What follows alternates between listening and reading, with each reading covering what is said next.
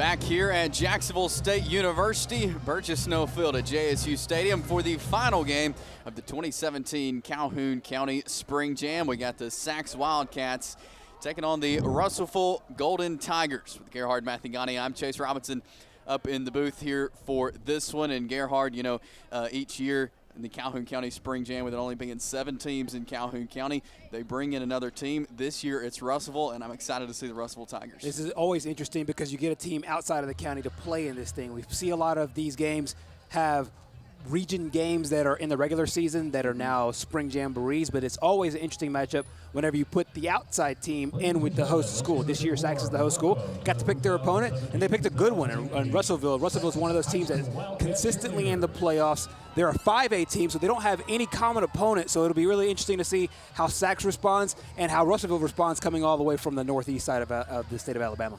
And, you know, a lot of teams have to get adjusted to the big stadium field, the artificial turf, all of that. Russellville has artificial turf. They have a video board. So this is a, you know, kind of a similar atmosphere to what they have. Yeah, and that, you're right. I think a lot of teams, they come in here and they're kind of wide-eyed. We've seen that a lot of spring games in the past because this does not replicate what they have in their home. Russellville, as you said, they have upgraded facilities, and they're really kind of cream of the crop if you talk about the landscape of high school football, where they rank. So this venue, by and large, shouldn't be that much of a shock to them. They play in front of big crowds. They love their football in the northern part of the state.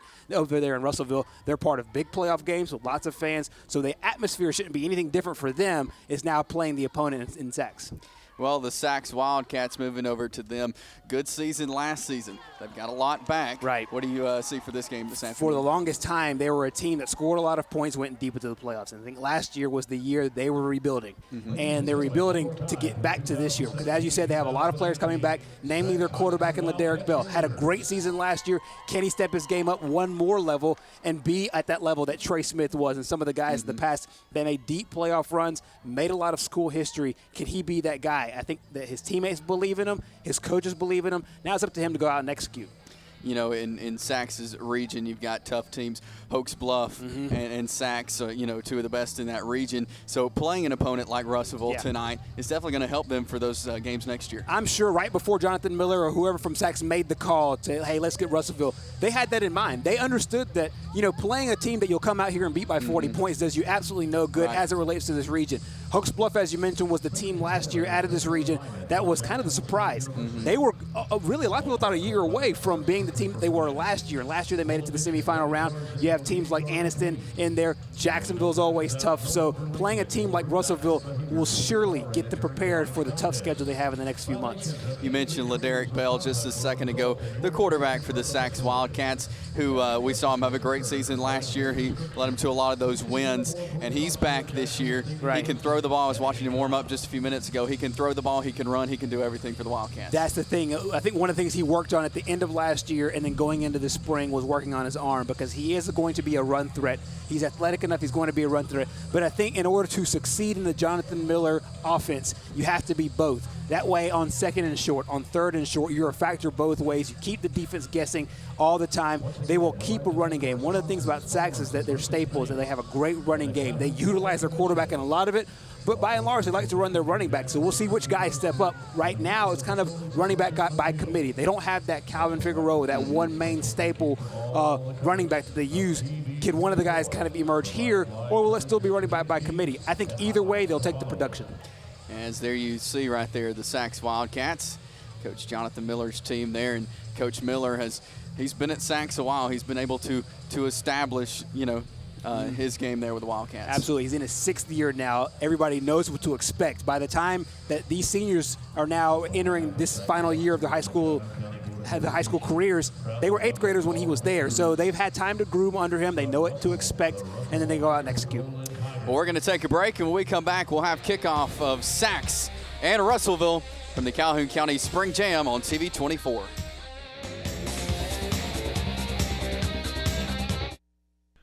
The Calhoun County School System salutes our 2016-2017 Employees of the Month. Betty Nunnally of Weaver High School.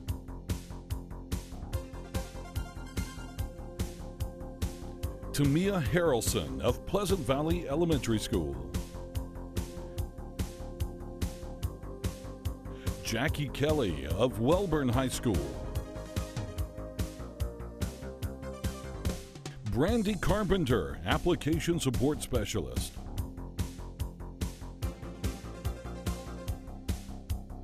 Christy Shue of Pleasant Valley High School. Kendall Poe of Ohatchee High School.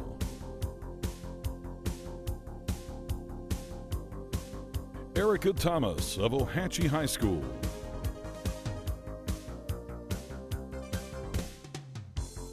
Sharon Cal. Back here at the Calhoun County Spring Jam, and there you see the coin toss. And down there on the field is Rita Smith. She is Calhoun County's JSU Teacher Hall of Fame winner. She has taught kindergarten for 31 years, and 29 of those over at Sachs Elementary. She graduated from JSU in 1985 with a bachelor's degree in early childhood education, and in 1993 she graduated with her master's degree also in early childhood education. She has mentored many practicum students, student teachers, and new teachers during her career. She plans to retire this year and work with early childhood practicum students at JSU. So that is Miss Rita Smith, Teacher Hall of Fame inductee from Sachs Elementary, down on the field for the coin toss there. As we are getting set here for the Sachs Wildcats and the Russellville Golden Tigers.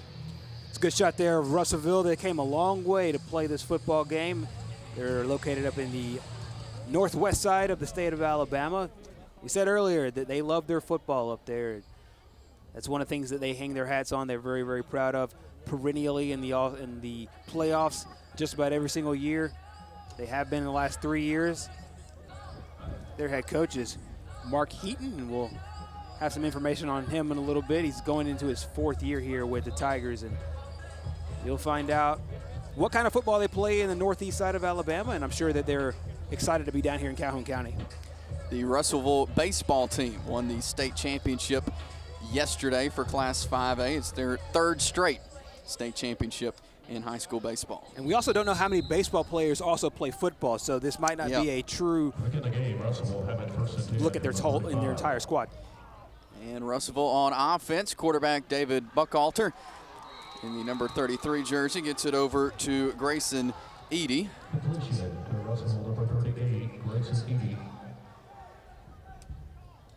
They'll quickly set up their offense. Snap to Buckalter. He'll hand off this time to Logan Jones. Jones brought down quickly. Great job there by the Sachs defense. Watch the right side of your screen. Everybody comes and fills their gaps, and good job there. Slowing them down is number 11, Darian Brisky, and then has some friends help out to close out that play. Snap to Buckalter. Looks to pass this time. Gets it over the middle there to Caden Watts. Gained a few on that play. Watts crossed right across the middle of the screen, right across the middle of the defense as well. Didn't exactly get to the sticks. Good job by the Sachs defense to hold him a little bit short. So Russellville has a decision to make here. I don't see a punt unit, so it looks like they'll go for it. It's 4th and probably about a yard.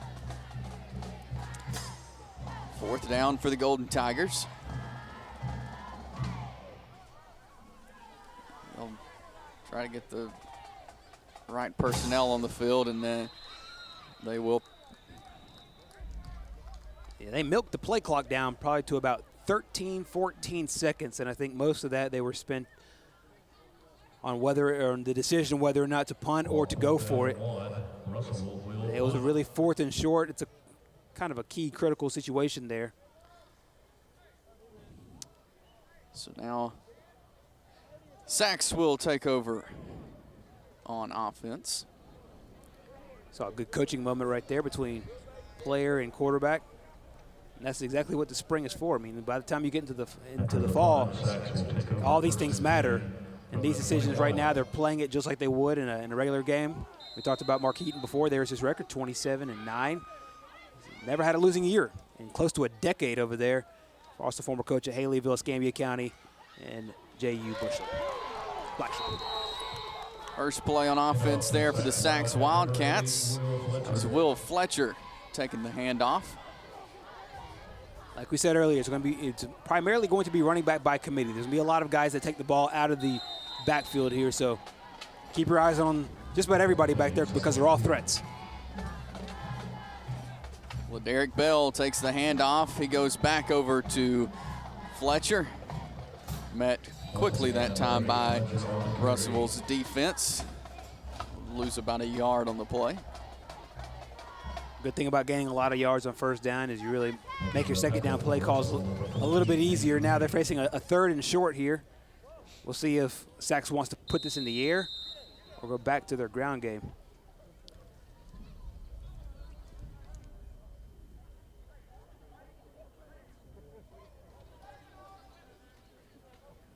Bell takes the snap. He'll take it himself this time, picks up the first down, and he's going across the 50, down to the 30. He'll go all the way. Touchdown, Sachs Wildcats. This is where he's so dangerous, and I'll tell you, for any opponent that's scouting Sachs, this has to be the most frustrating and scary thing of scouting them. It's because their quarterback is just as good as a running back. There, you have to respect the run, but then once he gets to the open space, see ya. And I'm not sure if they have a penalty call. I don't think they called it a penalty towards the end, but just outruns everybody, and nobody on the defense had a shot there. They might have just warned the Russellville player there at the end. A little bit of jawing, seems like on both sides, but it doesn't take away from a great run by LaDerrick Bell and just a little bit of foresight for what you could expect out of the Sachs team. And the extra point is good. So the Sachs Wildcats lead 7-0 here just into the first quarter against the Russellville Golden Tigers.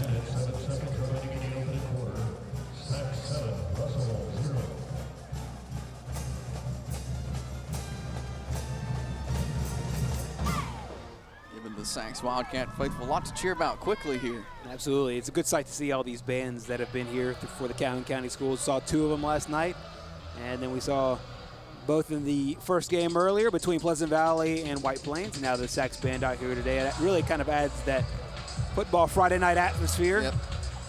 So now the Russellville defense out here looking for some answers. Russellville offense moved the ball a little bit on their first drive. Got a couple of solid plays, faced a fourth and short, ended up punting it. All the special teams in this game will be simulated. Devin Buckhalter back in at quarterback for the Golden Tigers. He'll take the snap.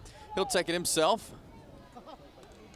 He gains about 6 yards on that play. One of the things about this Sachs team has been this head coach, Jonathan Miller. For a long time, he was an assistant, and you've seen what he can do over 4 years, over 45 wins over his 4 years. He's been to the playoffs about every year he's been there. It's been a magical run there for the Wildcats under head coach Jonathan Miller. See another play by Russellville, bringing up once again another third and short situation. Third and about a yard to go. And they don't waste any time here on offense. They get lined up. Buckhalter will take the play from the sideline.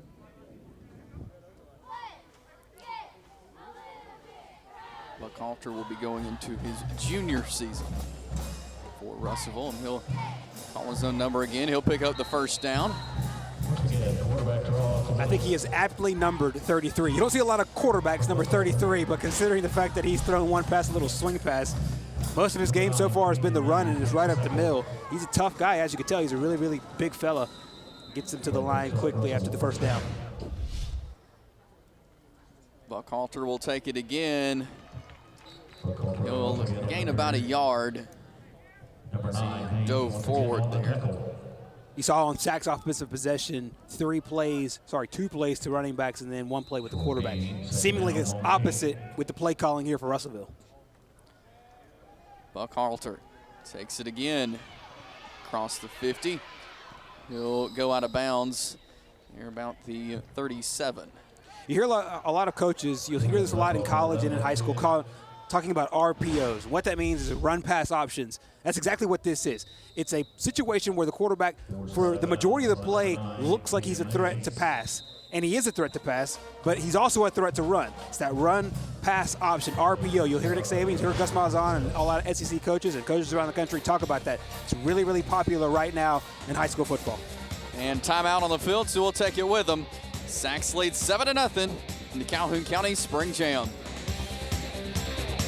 2017 college football season kicks off in Montgomery. The Guardian Credit Union FCS kickoff will open the college football season on Saturday, August 26th at 5 p.m. Central Time on ESPN. Don't miss two of the nation's top-ranked FCS teams, the Jacksonville State University Gamecocks and the University of Tennessee at Chattanooga Mocs at historic Crampton Bowl.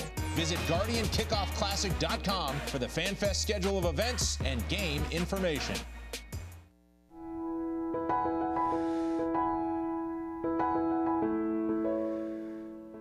You will take more than 672 million breaths throughout your lifetime. Yet life is not measured by the number of breaths you take, but by the moments that take your breath away. JSU is proud to offer Northeast Alabama's only Bachelor of Science in Respiratory Therapy. Now enrolling tomorrow's breathing specialist. Breathe easy. Back here at Jacksonville State University for the 2017 Calhoun County Spring Jam, final game of the Spring Jam. We got Sacs Wildcats and the Russellville Golden Tigers. The Wildcats lead 7-0 here as Russellville on offense. Buckhalter takes the snap, gets it over to Grayson Edie. Gains about 4 yards there. It's the exact same thing we saw in the very first play of the game. And it seems like most of their passing game has not been vertical. It's not been down the field. It's lateral. It's a lot of side to side. Play picks up 5, second down 5. This time he goes to the air, and Robert Hamilton comes down with it, but is brought down there by Sacs Wildcats. That is Darian Brisky. Good job there by Brisky. Yep, absolutely. Good job there by Brisky. The thing about those plays, we see those swing routes, what they call them all the time. It's up to the cornerback to come up and make an open field tackle, or at least hold them up in order for your safety help to come down there, and it's a good job by Bill on the solo. Buckhalter looks to pass. He gets it up, but it is incomplete. We're towards the ground there. As many times as Buckhalter has rolled out and looked to go downfield, he's actually thrown the ball downfield twice now. First time was to set up that 3rd and short on the first drive, and that was the second time. You could tell a lot of what Russellville wants to do is to be able to run with their quarterback up the middle and then also swing pass in and out. So credit secondary for Sacs for holding those guys downfield, because they're holding them right where they want them, and it's up to the front seven, can they come up and make some plays. Penalty flag on the play. There's a flag on the play there. Penalty is against the Golden Eagles, and those were considered downfield. Penalty of decline. Russellville, illegal man downfield. It was declined. Got 4th down for the Golden Tigers.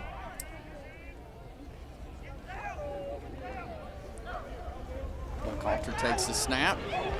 He's got a lot of pressure coming, and they'll bring him down. Huge, huge play on the backside and the front side here. Watch 7 come off the backside, just beats the tight end. And then a great play by Will Fletcher. We've seen him on offense, now we see him on defense. Let's give him some credit to Jadarius Griffin and Will Fletcher, both defensive ends coming from their spots. That's a big, big play there on 4th down. They declined the penalty to bring up the 4th down. And once again, we're seeing with that Sacs secondary, nowhere to go downfield, and the defensive line do their job.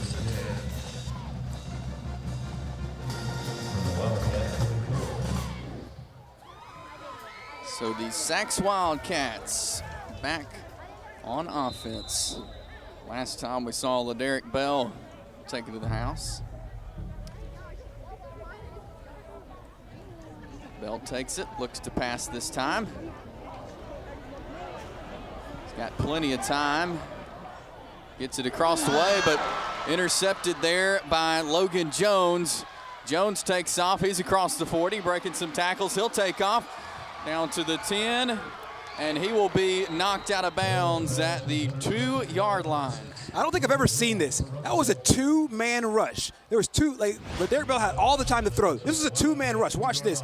That means there's 9 defenders down the field, and there's only, 5 guys out there. If you have 5 offensive linemen and your quarterback, that only leaves 5 players that can run out for passes, and he just threw it to a spot where number 6 was, and good play there by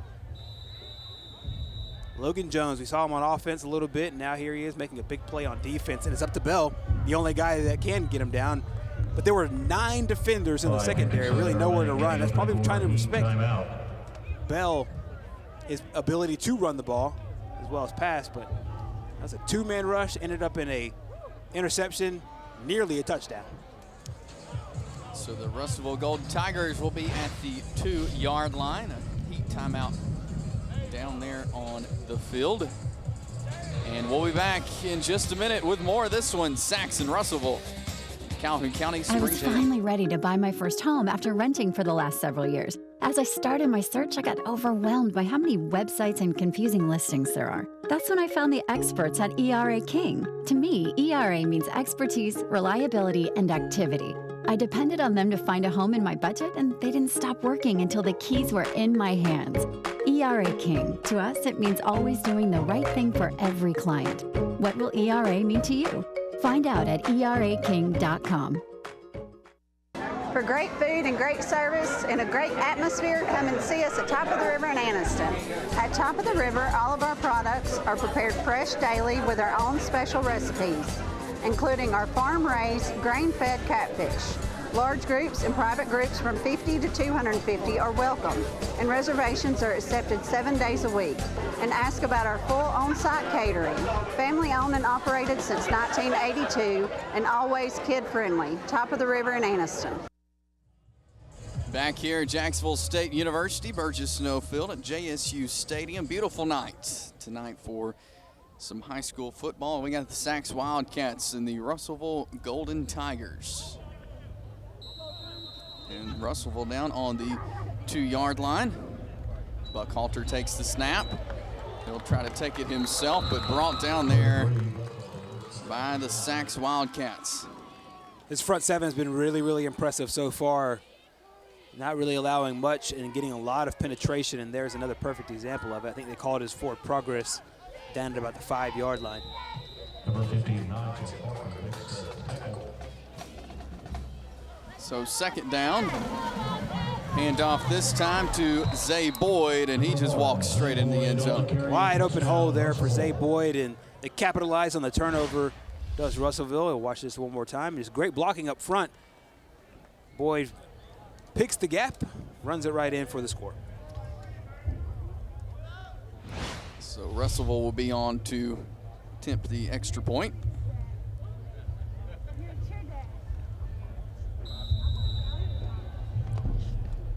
It is Brooks Scott who will be on to attempt the extra point for Russellville. And it is up and good. So we are all tied up at 7 with 5:25 left here in this opening quarter. Explosive plays have really been the key difference here. One play for Sax, Derek Bell took off right down the middle of the field, and then the explosive play for Russellville came from the defensive side. Got an interception, got it inside the 5-yard line, capitalized with a touchdown, and that's where we sit at 7 apiece here. So they're doing it in different styles. So far, Russellville not really able to get much going from the run game outside of that touchdown, which was about 4 yards out. But no explosive plays. But for Sax so far, they've had that one drive, and I'm sure LaDerrick Bell wants to itch and get back out there and make up for the interception.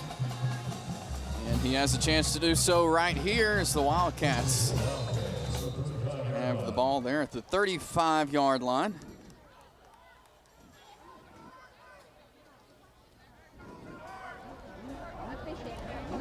Bell hands off. Gets to about the 50 is Jonathan Cobb.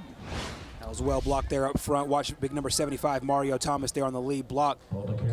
Gets the linebacker, and he gets into that third level of the defense. Picks up the first down for the Wildcats.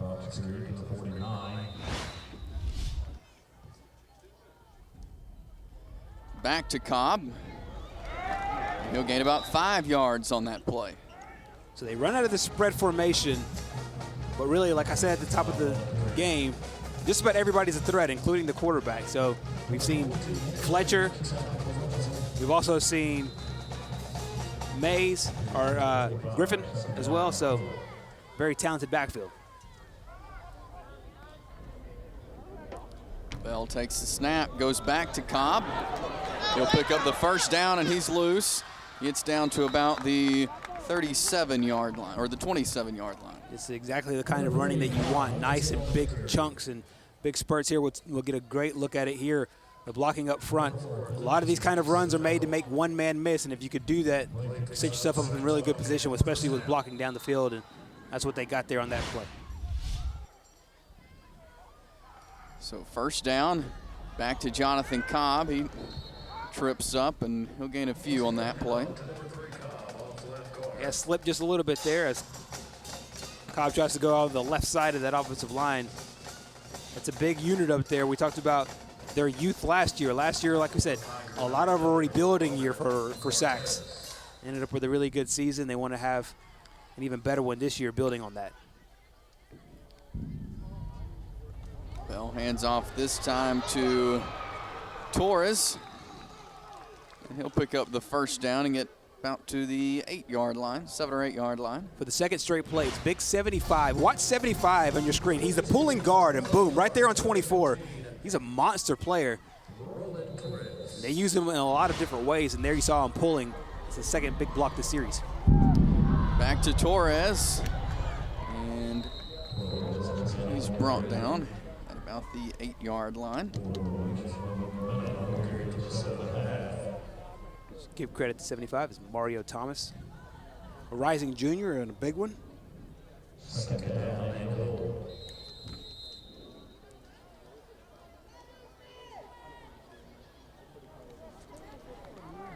Bell joined in the backfield again by Torres. Derek Bell takes it himself this time. Sees an opening, goes in, touchdown, Sachs. Second touchdown in this game, and they really kind of came two different ways. The first one was one cut right up the middle. This was essentially an option play. Fakes it to 15, Roy and Torres, and takes it himself, and he has a pitch option there as well. Well executed play there by Sachs, and a second touchdown of the game by Bell. So the Sachs Wildcats will be on to attempt the extra point now. To do that is Anthony Corneo.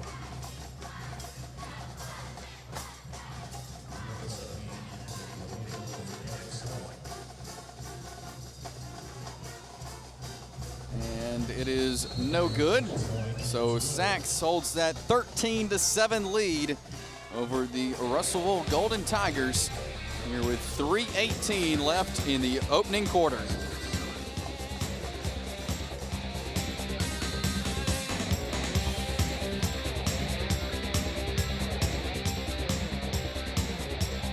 Hi, this is Kevin Riggin with the all-new Tameron Honda in Gadsden. We're excited to be one of the newest and fastest growing Honda dealers in Central Alabama. And with every new Tameron Honda, you get a 250,000 mile powertrain guarantee. I've personally been serving Central Alabama for over 25 years with all your Honda needs. Come see me today or check out our website at TameronHondaGadsden.com. Tameron Honda in Gadsden, where you're gonna love the way you're treated.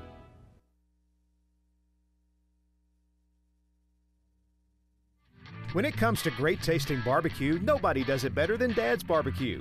Dad's Barbecue is slow hickory cooked to perfection, and Dad's menu includes a wide selection of popular items such as our smoked chicken sandwich, ribs, salads, and the best chicken fingers in town. And Dad's offers fresh homemade hamburgers and hand-dipped ice cream shakes.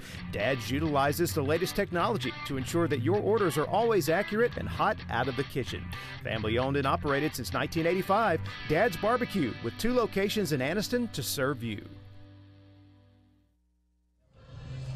Back here in Jacksonville State University, and we got the Sachs Wildcats and the Russellville Golden Tigers doing battle here in our final game of the Calhoun County Spring Jam, and Sachs leads this one 13-7 here with 3:18 left in the opening quarter. With Gerhard Mathangani, I'm Chase Robinson in the booth for this game. John Holder down on the sideline. nice night for football, and it's going very nice for Sachs. Russellville back on offense. Devin Buckhalter in the backfield. Hand off there to Zay Boyd. He'll get to the 39-yard line. Boyd ran in the touchdown last series for Russellville. What Russellville's doing a really good job of is stringing plays out on defense, and whenever it's a swing pass or a run, keep the teams going horizontal instead of vertical. Wait till your defense catches up with you. It's a great job so far by the ends and the linebackers. Snap to Buckhalter. Goes out to Boyd this time.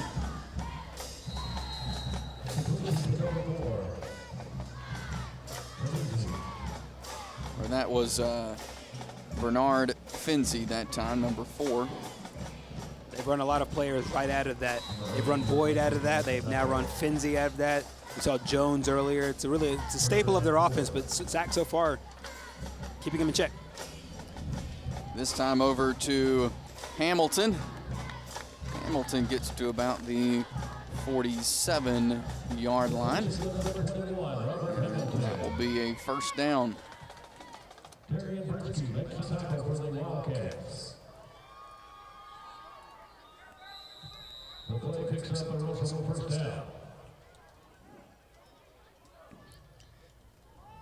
Back to the air to Boyd. And he will be brought down behind the line. Safe or to right say, at the line. Yeah, safe to say about 60-70% of their plays so far have been that. It's like almost like whether it's a bubble screen or eagle play, little squirt play. A lot of teams call it a lot of different names, but so far it's really been a staple of what the Golden Tigers have done. Back to Boyd, and he is brought down about 2 yards shy of the line of scrimmage, and that will bring up a third down. A lot of times with those screen routes and with those bubble routes, what you're trying to do is loosen up the defense side to side so you can run up the middle. So far, Sachs doing a great job on both sides with their defense. Buckhalter takes the snap. He looks to pass. There's a flag on the field. Buckhalter will get it across the 50 to about the 47. Number 11,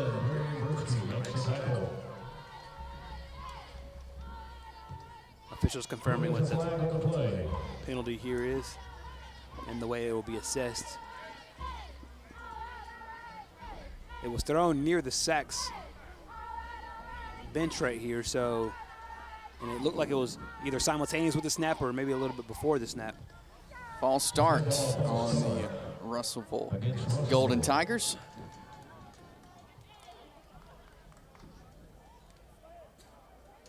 So that will push them back. 3rd and long.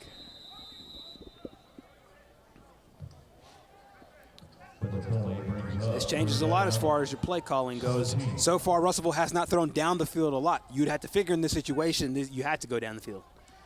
As we see an empty set here, but the quarterback has run a lot. Devin Buckhalter takes the snap, looks to pass. Gets it across to Logan Jones, who's brought down around the 50. That will bring up a 4th down. There's a lot of masking here, a lot of window dressing, but essentially what that was is a screenplay. You had a slot receiver, take them right down the middle of the field, and you're essentially running the screen. Picks up a few yards, but not near enough for the first down. Looks like we have timeout on the field here.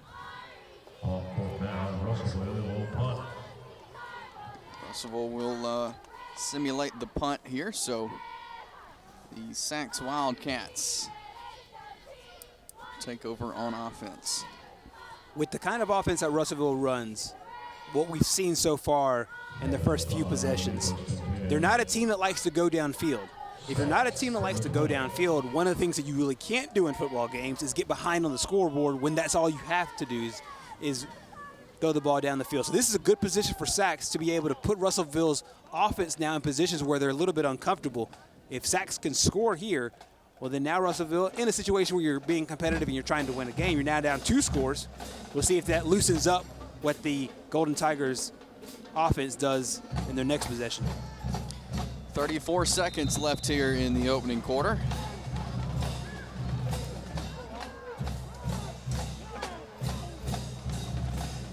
Bell in the backfield, joined by Jonathan Cobb. Bell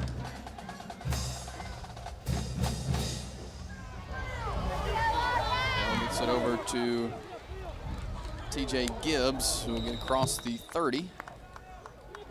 Gibbs was wide open, too. So a bit of a miscommunication or a breakdown in the secondary.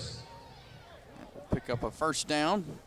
Stop the clock for the Sacs Wildcats. Completion across the 30, first down, Sacs. 20 seconds left here in the first quarter. Bell to Cobb. Jonathan Cobb takes off this time. Picks up another first down for the Sacs Wildcats with 6 seconds left. What Russellville has done a lot in this game is try to run up the middle. Not so much success. So far, Sacs, they're running up the middle. They're having a lot of success. Have to have gap integrity if you are Russellville.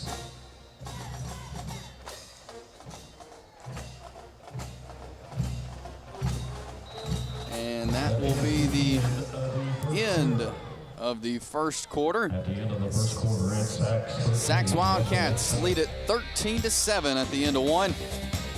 We'll be back with the second quarter here. Sacs Wildcats and the Russellville Golden Tigers here from the Calhoun County Spring Jam, live on TV 24.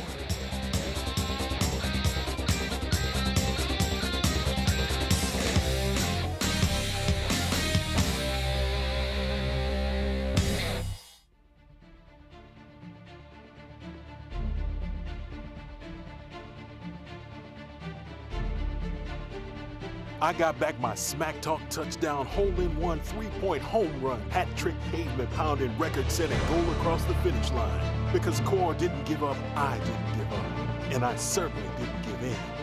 I'm gonna get back to doing what I love. I'm gonna get back to winning. Hello, I'm Joe Dyer, Superintendent of Calhoun County Schools. We have some awesome news for you that's upcoming in Calhoun County.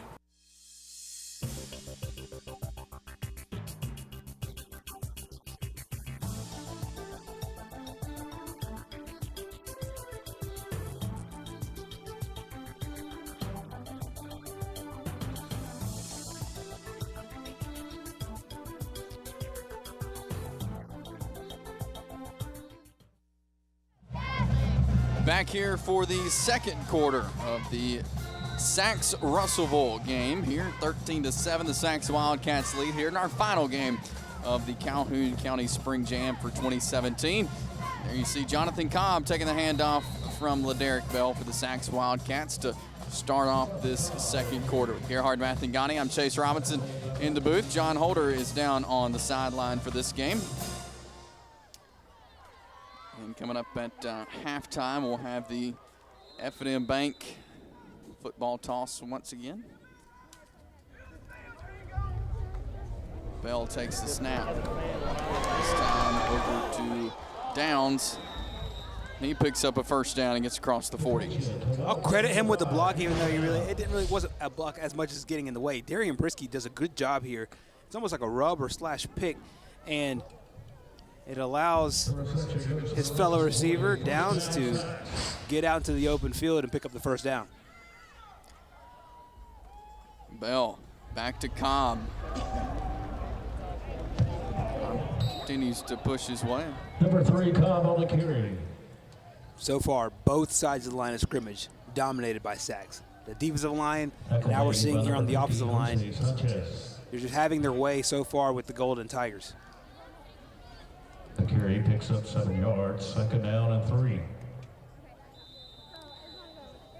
Will be second down and 3 to go for the Sacs Wildcats.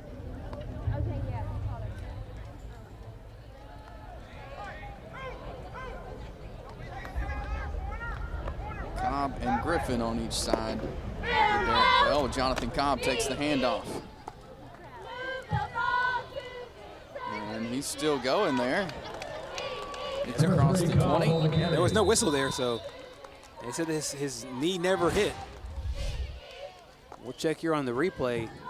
There was no whistle after initial contact. And Cobb just kept moving his feet. I don't think a knee went down, but it looks like an elbow might have.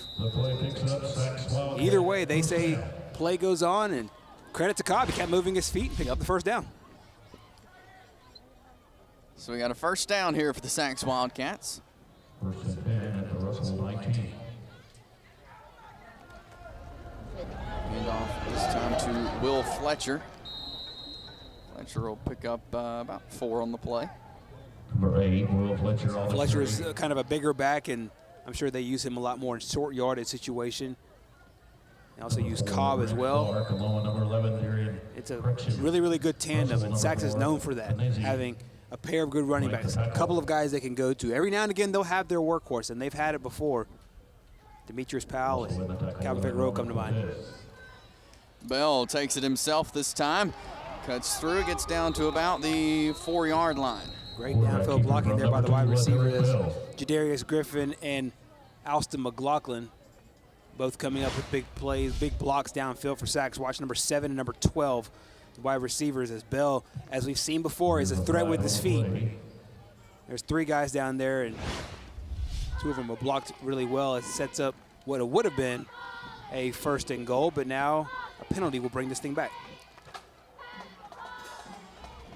Sacs Wildcats were in good position, but a flag thrown on the far side there, and that's pushing back. So we've got 2nd down and about 10 to go.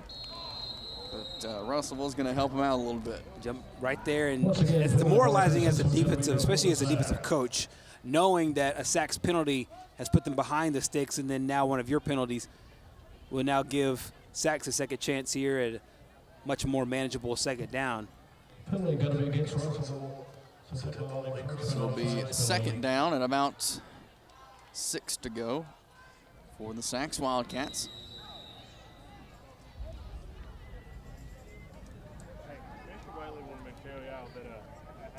Bell takes the snap. Hands off to Fletcher. Fletcher finds a hole, goes through and into the end zone. Touchdown, Sacs Wildcats. Once again, though, we have flags here. Now, we have a couple of flags, so you'll see what this is. So we have a holding on Sacs. So once again, you get it close to the end zone, that time into the end zone, and self-inflicted penalties will bring this thing back.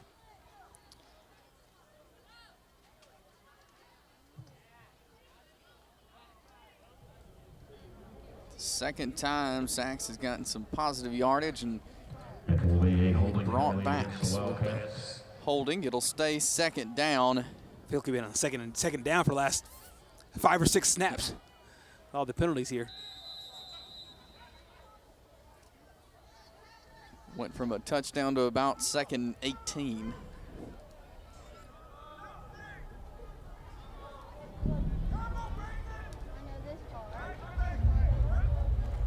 Bell hands off to Cobb.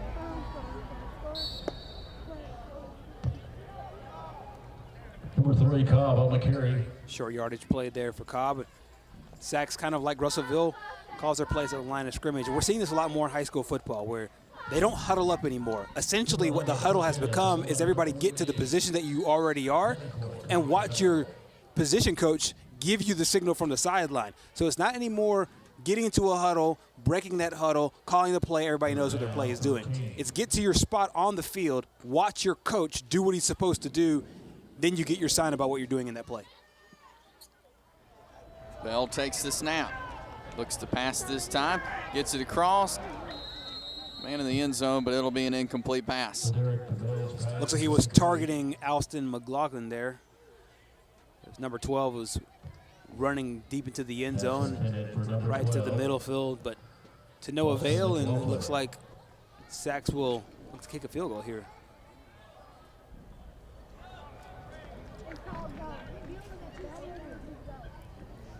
That is Anthony Number Corneo. 17, Anthony Corneo.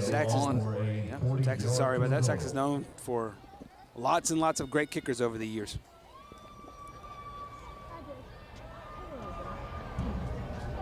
no live rush on the kicks here in the spring game, but long field goal there is good for Corneo and the Sacs Wildcats. So that will put Sacs up 16-7 here in the second quarter over the Russellville Golden Tigers here from the Calhoun County Spring Jam. At Family Health and Wellness Center in Oxford, we believe in treating every patient like members of our own family. That's what we do every day. Dr. Edmond, a board-certified primary care physician, and his staff are here for you through each step of your wellness journey. Dr. Edmond also routinely visits his patients who have been hospitalized and makes follow-up calls to ensure they're on the road to recovery. Check us out online, call us, or come by our office. One visit and you'll know you're a member of our family. Hi, my name is Reverend Jeffrey C. Williams, the owner and licensed funeral director of Anderson Funeral Services. At Anderson Funeral Services, we are compassionate and caring individuals committed providing quality and professional service at affordable prices. We are where service begins and never ends, and love is what love does. Aniston Funeral Services offers affordable services to meet any need for all families. Aniston Funeral Services, 630 South Wilmer Avenue, where service begins and never ends.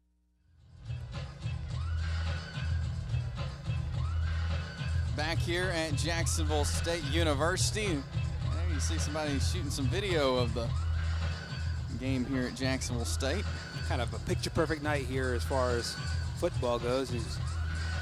She's getting some good shots right there. Russellville back on offense after the field goal there for Sacs. Long pass there, incomplete. Bernard Finzi was the intended target there, but incomplete there from Devin Buckhalter. That's really the first time we've seen him go long like that. Yep, that's one of the things we talked about with Sacs. If they were to able to get a touchdown, more specifically a touchdown, but any points, it would put Russellville in positions where they would have to start going downfield, and there you saw he's got the arm for it. He'll hand off this time to Boyd. Pick up about 3 yards on the play. Boyd's been a solid back for them, and we've seen the Golden Tigers utilize him different ways. He's been able to run up the middle, out to the side, and also catch passes out of the backfield and as a slot receiver.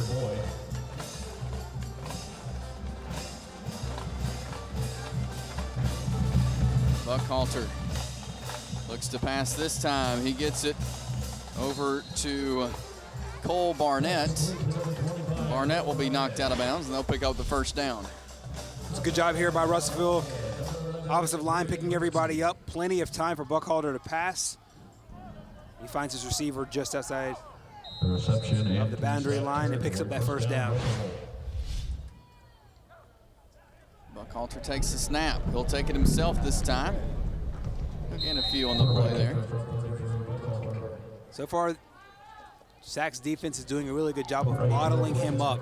And you have to think, they see that every day in practice with their own quarterback, with Derek Bell. And so they're used to a quarterback that likes to run out of the backfield. So a defensive line that's disciplined is good against a quarterback like this. Snap to Buckhalter. He looks to pass. He goes long again this time. Way too long. Way over the head. His intended receiver there. This might be one of the reasons why the Russellville coaches didn't elect to have him throw early on. You could tell he's got the arm. He's got a cannon. He just threw that 45 yards on a rope straight to the end zone, probably 50 yards. But way overshot his receiver. So that's one of the things timing-wise they'll start to take a look at this summer. Buckhalter takes the snap. Wants to go to the air. Penalty flag is in the air. Pass complete that time to number 16, that is Wiley Boyd. This might be off or not. Yep, it is. It's a holding against Russellville. One of the things you have with an athletic quarterback, a guy that can run around as much as he can, is offensive linemen are now forced to maintain their blocks for a lot longer than they're used to. When defensive linemen now start to react to the quarterback, you get in situations where you hold, and that's exactly what happened there along the offensive line for Russellville. So that will move the Golden Tigers back some.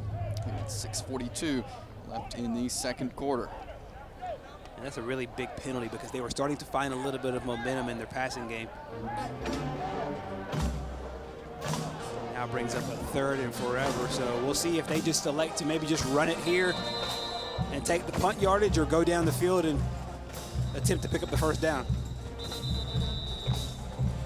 And a timeout is called here by the Sacs Wildcats. Coach Jonathan Miller. They hold a 16-7 lead here with 6:37 left in the second quarter. They'll also have a heat timeout, I believe, coming up after the first dead ball, I think at the 6-minute mark or maybe the 5-minute mark. So he might be trying to go a 2-for-1 here, knowing that he's got another timeout, so making sure that his guys here don't do anything to give up possession on a 3rd and very, very, very long. We saw that eat up in the Pleasant Valley White Plains game.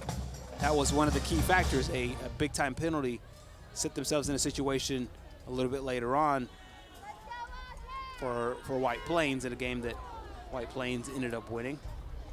So I'm sure Sacs here doing their very best to make sure they maintain the football on the next possession, and knowing they had the heat timeout on the back end of the 6-minute mark.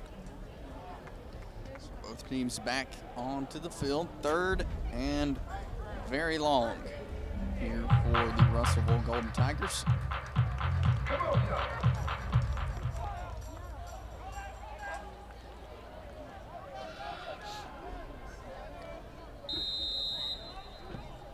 Devin Buckhalter in the backfield next to Zay Boyd.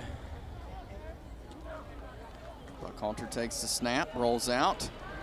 A lot of pressure coming, and they'll bring him down. That'll bring up 4th down now for Russellville. Russellville coaches wanted a face mask, but I think he'll get off clean. Once again, we saw this earlier in the first quarter. Tremendous defensive line pressure. Great job there by Sacs. The outside linebacker, number 9, Kanan Mays, come through, and he makes the play all by himself. Nobody came to his gap. The quarterback ran to the other side. His assignment was done on his side of the ball. He stayed at home and did what he was supposed to do, and went all the way down the field and made the big play. We're back with more Calhoun County Spring Jam next. There's a killer on the loose in Alabama. This won't help you. This won't help you either. Even this won't help you. But this will. Breast cancer affects 1 in 8 women, and the only thing that can catch this killer is early detection with an annual high-quality mammogram. Advanced Imaging in Oxford and Gadsden was the first facility in Alabama to offer 3D digital mammography. Find out more online at alliesinthefight.com. Advanced Imaging, better technology for better health care.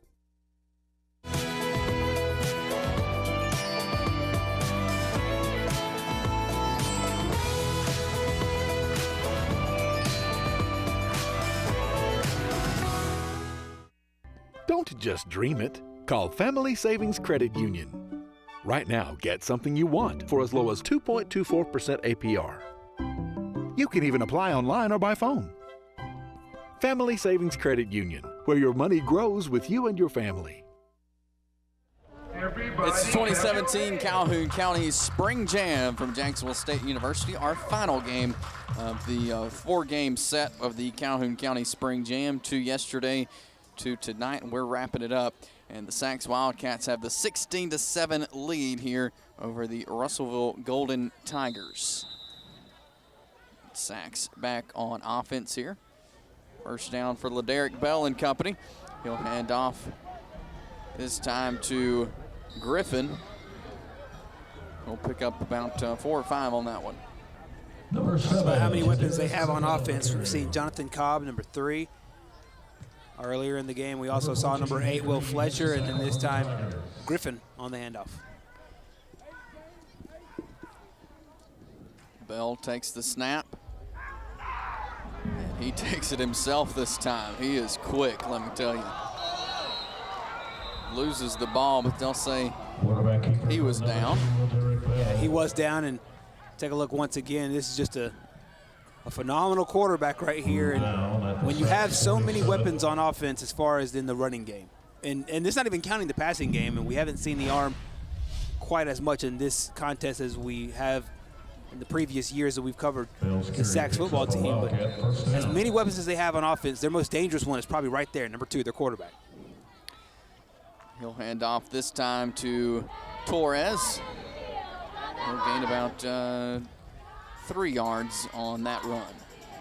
Torres on the carry. Once again, Sacs will employ this no huddle style. Everybody will get their calls and their signals from the sideline. It's a new wrinkle of football that we've seen a lot of, and I kind of like it. I think it works out well.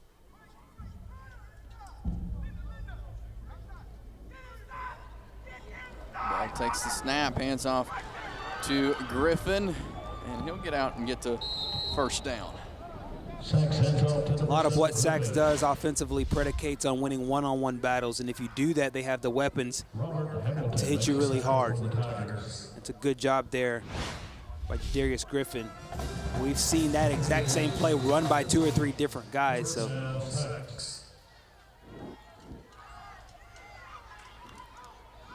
Griffin takes the handoff again, and will believe he'll pick up the first down on that one too, and he will as he gets to the 29-yard line.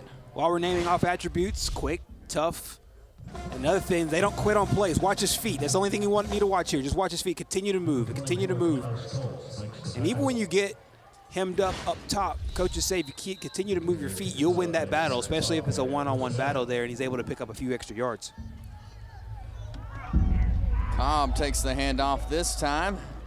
He'll get to the 21-yard line. Is the kind of offense that Sacs loves. You're not really counting on just one guy to make the majority of your plays. You're really doing it by committee, and we've seen an entire gamut of players. Let's see if Russellville now changes up their scheme offensively, knowing that Sacs is going a lot more to the ground game here. Handoff back to Cobb. He'll pick up the first down, and he's still going down to about the 5-yard line. Number 4, Bernard Finzi, was right there in the play. I mean, he was at the spot. Watch Russellville's defender. Good job there. Sealed up the outside. But you got to play inside out in that situation, and there Cobb goes inside and comes up with the first down. First and goal from the 5-yard line for the Sacs Wildcats.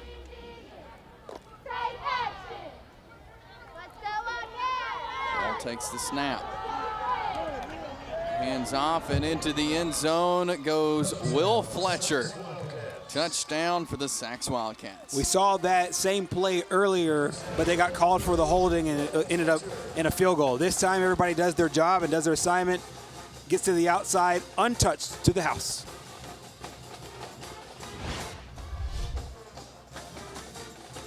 So Corneo will be on to attempt the extra point for the Sacs Wildcats.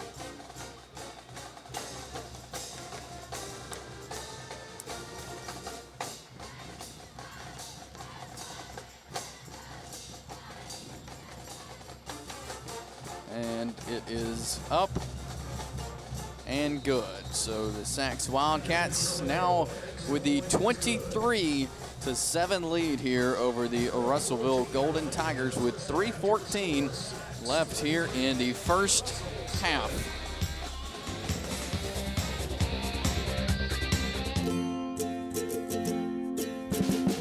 Sure, it seems like there are tons of decisions to be made as you start down your college path. The good news is Gadsden State can help. Online, on the phone, or in person at the new One Stop Center in Gadsden. How much can I save?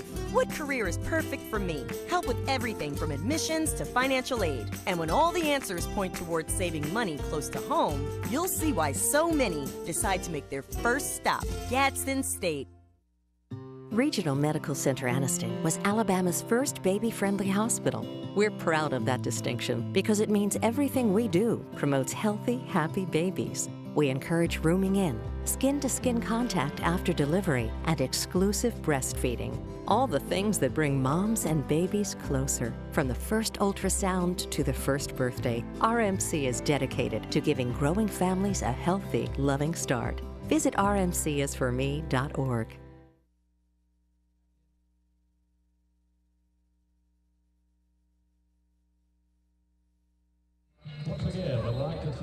3:14 left here in this first half. And there you see some of our hard-working crew there.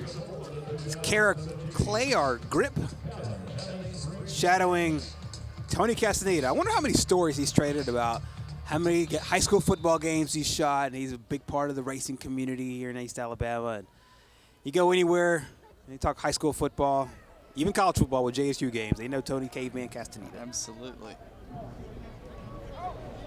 23-7, Sachs leads this one. Buckhalter to Boyd. And he will gain nothing there on that play. Down 23-7. It's now, show up time for Sachs, or for Russellville, I should say. We'll see what they have here and see what adjustments they make, if they go downfield a little bit more, if they open up their offense more. Buckhalter goes back, looks to pass. Pressure coming, and he completes the pass there, and that is to Logan Jones, just short of the first down. When you roll out like this, you have options, especially when your receivers are dragging down the field, and Logan Jones is doing a good job of just keeping himself open. There, catches it right across the boundary line.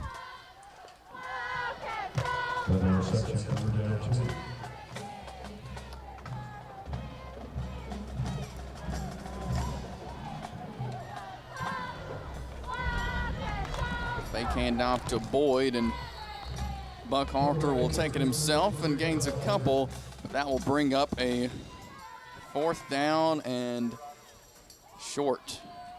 Staying at home. It's a key word for a lot of coaches about discipline. Being able to stay at home whenever there's run action one way or run action the other way, you know your assignment and stay there. And Sachs did a good job there, bringing up 4th and short.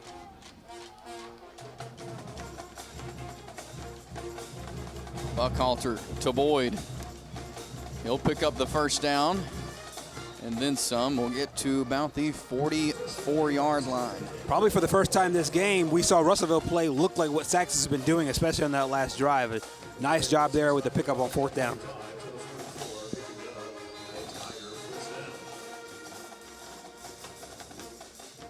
Buckhalter will keep it himself this time. It's across the 40 and brought down about the 39. Sachs was in position right there. It was number 20, TJ Gibbs, right there in great position, unable to bring him down, and Buckhalter does a good job of getting to the outside before he's officially tackled by Mays.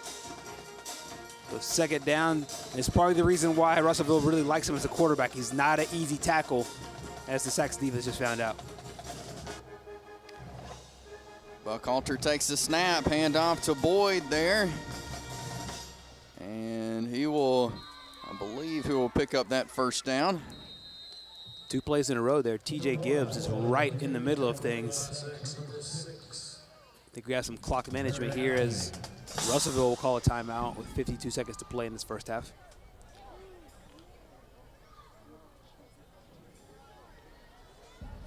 Official down there checking the spot, and it will indeed be a first down for Russellville. Golden Tigers wanted that timeout there. And with 52 seconds left here in this first half, and Sachs offense has been impressive.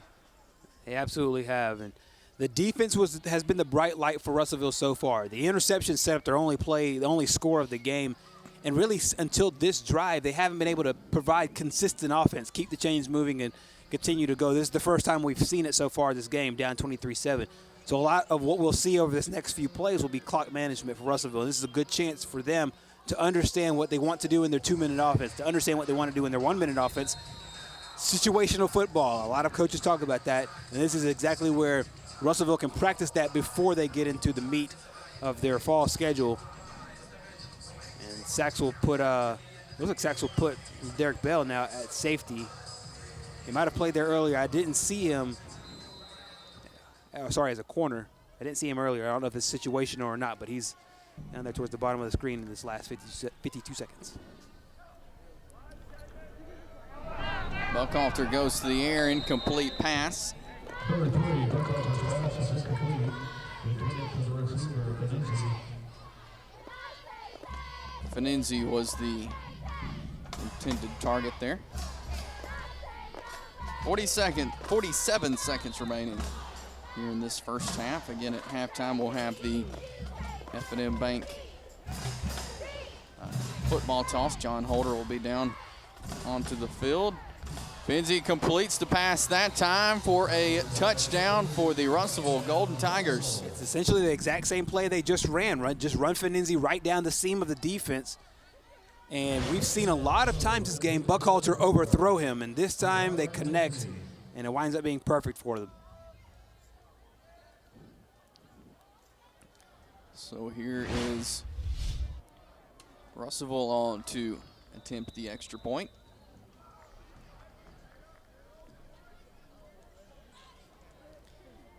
It will be Samuel Bahina. Kick is up and good. So 23-14. Russellville cutting into the Sacks lead there with 40 seconds left here in the first half. Yeah, that's a good drive there by Russellville. If you want to hang your hat on anything, especially in this first half, it's the big defensive play that led to the first touchdown, and then this drive, the first really sustained drive that got into Sacks territory, executed late. Got down there, 52 seconds left, called a timeout. First play was incomplete, go right back to Finenzi, right down the seam, ends up scoring a touchdown. So some positive vibes they'll go into, Tigers will, as they go into halftime. They're not out of this ball game whatsoever. They were on their heels, down 23-7. And if they were to give that ball back up to Saxon and let another touchdown on the board, we would be talking about a completely different contest. But so far, good job by Russellville to take one on the chin and then continue to come back. 40 seconds left here. Let's see what the Sacks Wildcats do here on offense. Jonathan Cobb takes the handoff. Gains about 4 yards on the play there. They'll be content to just run this thing out with half a minute to go in the first half. And once again, we'll have the F&M Bank halftime football toss. We've had 3 of them so far. We'll have another one coming up, and the winner will receive some scholarship money. We'll explain all that with John Holder at our halftime. The way the format is set up, the first 3 quarters will be reserved for the varsity. The last quarter reserved for the junior varsity squad. And clock runs down, so that will be the end of the first half. And the Sacks Wildcats lead it 23-14 here over Russellville. And John Holder is down on the sideline. All right, we're here with Sacks coach Jonathan Miller. Coach, a very impressive performance by your team here in the first half. What are your thoughts on the team? Well, you know, I think we could have stretched our lead out a little bit more. It's a little too close for me right now. But, you know, we had the 1 penalty or 2 penalties that killed a drive. We were about to punch another one in. And the big interception, you know, we got to make better decisions than that. Lederick's played a great game for us, but that's probably one he'd like to have back. But I'm proud of the way our kids are playing hard, and if we do that, we can win a lot of games this fall. I think the most impressive part that everybody is buzzing about in the stadium is both your offensive and defensive lines have been pretty dominant there. Very good performances from your interior line. Well, I tell you what, they went through a lot of growing pains last year, but those guys are big and strong, and I think they've decided to turn it on. So I hope, you know, we can expect big things out of them this year. Coach, we'll see you in the second half. All right, thank you. All right, Jonathan Miller, head coach of the Sacks Wildcats. Impressive first half, 23-14. When we come back, we'll have our halftime contest with Russellville and Sacks players, or I should say students, coming up here at JSU Stadium.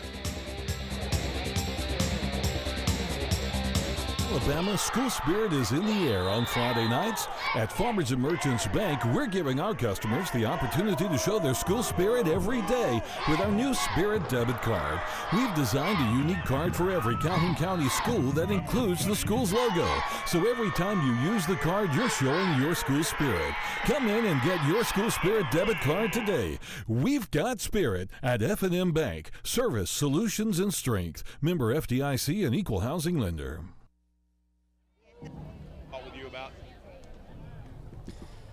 Back here at Jacksonville State University, we sit at halftime, 23-14, the Sacks Wildcats over the Russellville Golden Tigers here from the Calhoun County Spring Jam, our final game of 4 here from the Spring Jam. on this Friday night, football Friday night. Beautiful night here at JSU. Let's go down to the field with John Holder.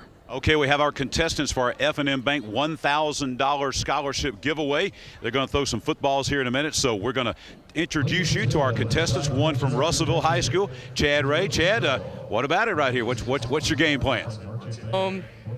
Throw a football through the hole. He has the strategy down. Very simple. Annabelle represents Sachs High School. Annabelle, what do you think? Now, this is not only Sachs versus Russellville. This is guys versus gals right here, right? Well, I just learned how to throw a football yesterday, so we'll see how it goes, you know. Chad, my man, just put pressure on you. All right, Chastity Goodwin is here from F&M Bank, and we're going to talk about, tell us about how this contest works. The student that throws the most footballs got a chance to win a $1,000 scholarship, and this has been over a 2-night period, and it's an all-over winner. So we could have a winner that threw the most last night. We'll just have to wait and see. All right, I think our winner was from Weaver High School, or leader, I should say, so far. So that's been for a 7, I think, is the number that we have to have. So, all right, we're going to have Russellville versus Sachs. We got 30 seconds on the clock. We've got the officials here getting ready to go here. Chad and Annabelle have 30 seconds trying to throw as many footballs through here as possibly can, guys. So let's see. Annabelle put the pressure on Chad, saying, I just learned how to throw the football the other day. None so far. None. Chad almost had one. Still none. Close. Chad missed badly that time. Still have not had one yet. There's one. Looks like Sachs may win this. An option pitch from Chad. Still has not had one as of yet. Chad's going the option pitch, guys. And that's not working either, and it's over, and it looks like. All right, so 1-0. 1-0 is what Principal Jody Whaley tells me. So congratulations. So guys, we got our winner here. This is our winner from Weaver High School, right? What's your name? Cody Ortiz. Cody Ortiz. Cody, former athlete at Weaver. So you had 6, and that was the winning that stood up over both nights through 4 contests, right? Yes, sir. All right, good job. You got a $1,000 scholarship coming from F&M Bank. Congratulations. Thank you. All right, Cody Ortiz from last night was the winner. Had 6 that he threw in 30 seconds. He made that stand up, and so he's going to win the $1,000 scholarship courtesy of Farmers and Merchants Bank. Guys, that's going to do it for our contest down the field here at JSU Stadium. And thank you, John, and congratulations there to Cody Ortiz picking up the $1,000 scholarship there from F&M Bank. It's a nice presentation here of the scholarship. It's a good job by F&M Bank to present this. There he is, and there's the winner. This contest has been going on for the last 4 games, last 4 halves. His 6 on day 1 held up. Everybody knew the number. They knew the number to hit, but Cody Ortiz is your champion right there. The $1,000 brought to you by our friends over at F&M Bank, doing a great job, and she will sign the check here and make it official. He'll take that thing to F&M Bank, I guess. Yes, $1,000 scholarship. I know a lot of people that would like to have that. He's a lucky guy. Absolutely, and it's a good job by F&M Bank to come up with something creative. Yep. Give all the schools a chance, and there's your winner, Cody Ortiz from Weaver High School, 6 right into the breadbasket, and he's your champion.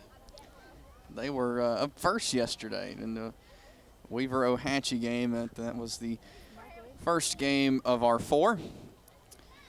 And right now, like we've been doing at halftime, we'll take a look at the band. So here's the Sachs High School Band.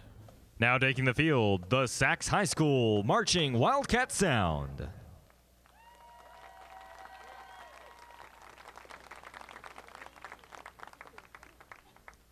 The Sachs Marching Band show is titled Music of Queen. Drum Major Sam Cupp, is your band ready?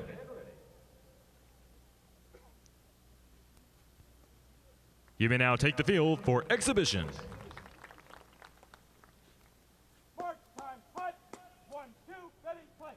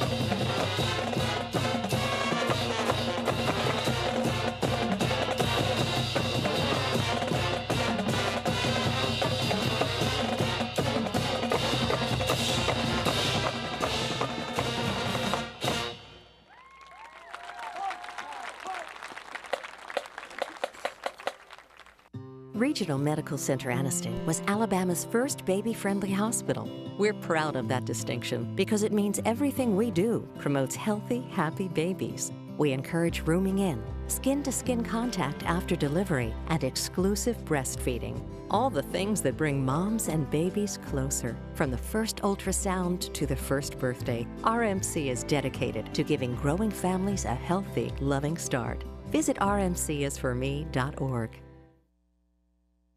Hi, this is Kevin Riggin with the all-new Tameron Honda in Gadsden. We're excited to be one of the newest and fastest growing Honda dealers in Central Alabama. And with every new Tameron Honda, you get a 250,000-mile powertrain guarantee. I've personally been serving Central Alabama for over 25 years with all your Honda needs. Come see me today or check out our website at TameronHondaGadsden.com. Tameron Honda in Gadsden, where you're going to love the way you're treated.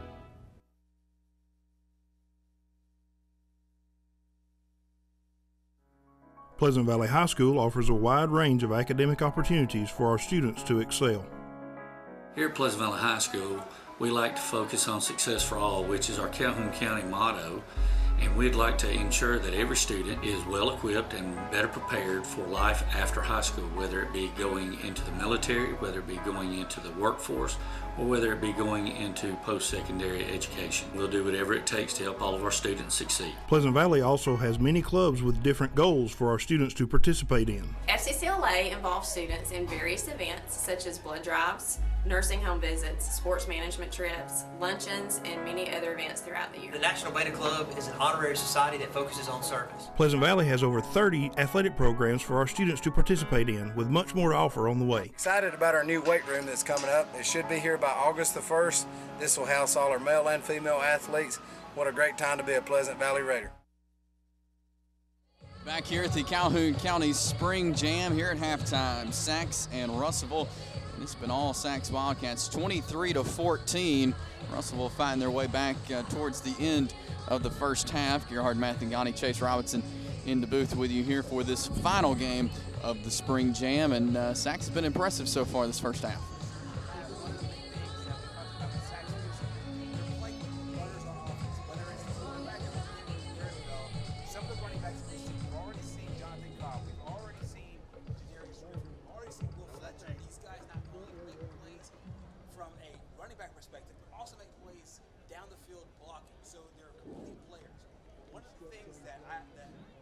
Early on, and one of the things that we saw, one of the things that manifested itself a little bit later was what John talked about with Coach Barton, or with Coach Jonathan Miller. Can we have the guys up front to do what we need to do? And so far, offensively and defensively, I think that's where Sachs has won this game. They've destroyed that Russellville O-line and D-line. Russellville came back in the second quarter towards the end, had a strong series, put another touchdown on the board. But you take away the interception, this is essentially a blowout game for Sachs. So a lot of positives really for both sides, but I think more consistently Sachs has played better. We saw there the first touchdown of the game from LaDerrick Bell when he took off about 50 yards to the end zone. We talked in the open about him and how versatile he is, and we really saw that here in the first half. Absolutely. LaDerrick Bell is one of the really, I think if you're looking for players to watch in the upcoming year, he's number one, and he will be one of the number one quarterbacks that will have a lot of the hype going into it. And a lot of it will be built on this game right here, and a lot of what his success will be because of his offensive line and his running backs and being able to always have a threat downfield, have a threat with his running game, and then if he can start to also throw the ball as well, and then he becomes a complete quarterback. And we've seen a little bit of the same thing on the other side with Devin Buckhalter and the Russellville offense. We'll see if anything changes here for them, if they want to start opening things up for Buckhalter and that crew. For Russellville, what's it going to take here in this second half for them? Hey, Russellville, one of the quick things that I want to mention is defense. Can they establish the line defensively? And if they can, I think they got a good shot here in the second half.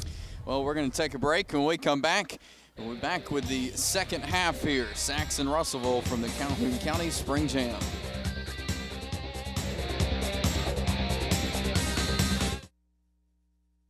There's a killer on the loose in Alabama. This won't help you. This won't help you either. Even this won't help you. But this will. Breast cancer affects 1 in 8 women, and the only thing that can catch this killer is early detection with an annual high-quality mammogram. Advanced Imaging in Oxford and Gadsden was the first facility in Alabama to offer 3D digital mammography. Find out more online at alliesinthefight.com. Advanced Imaging, better technology for better health care.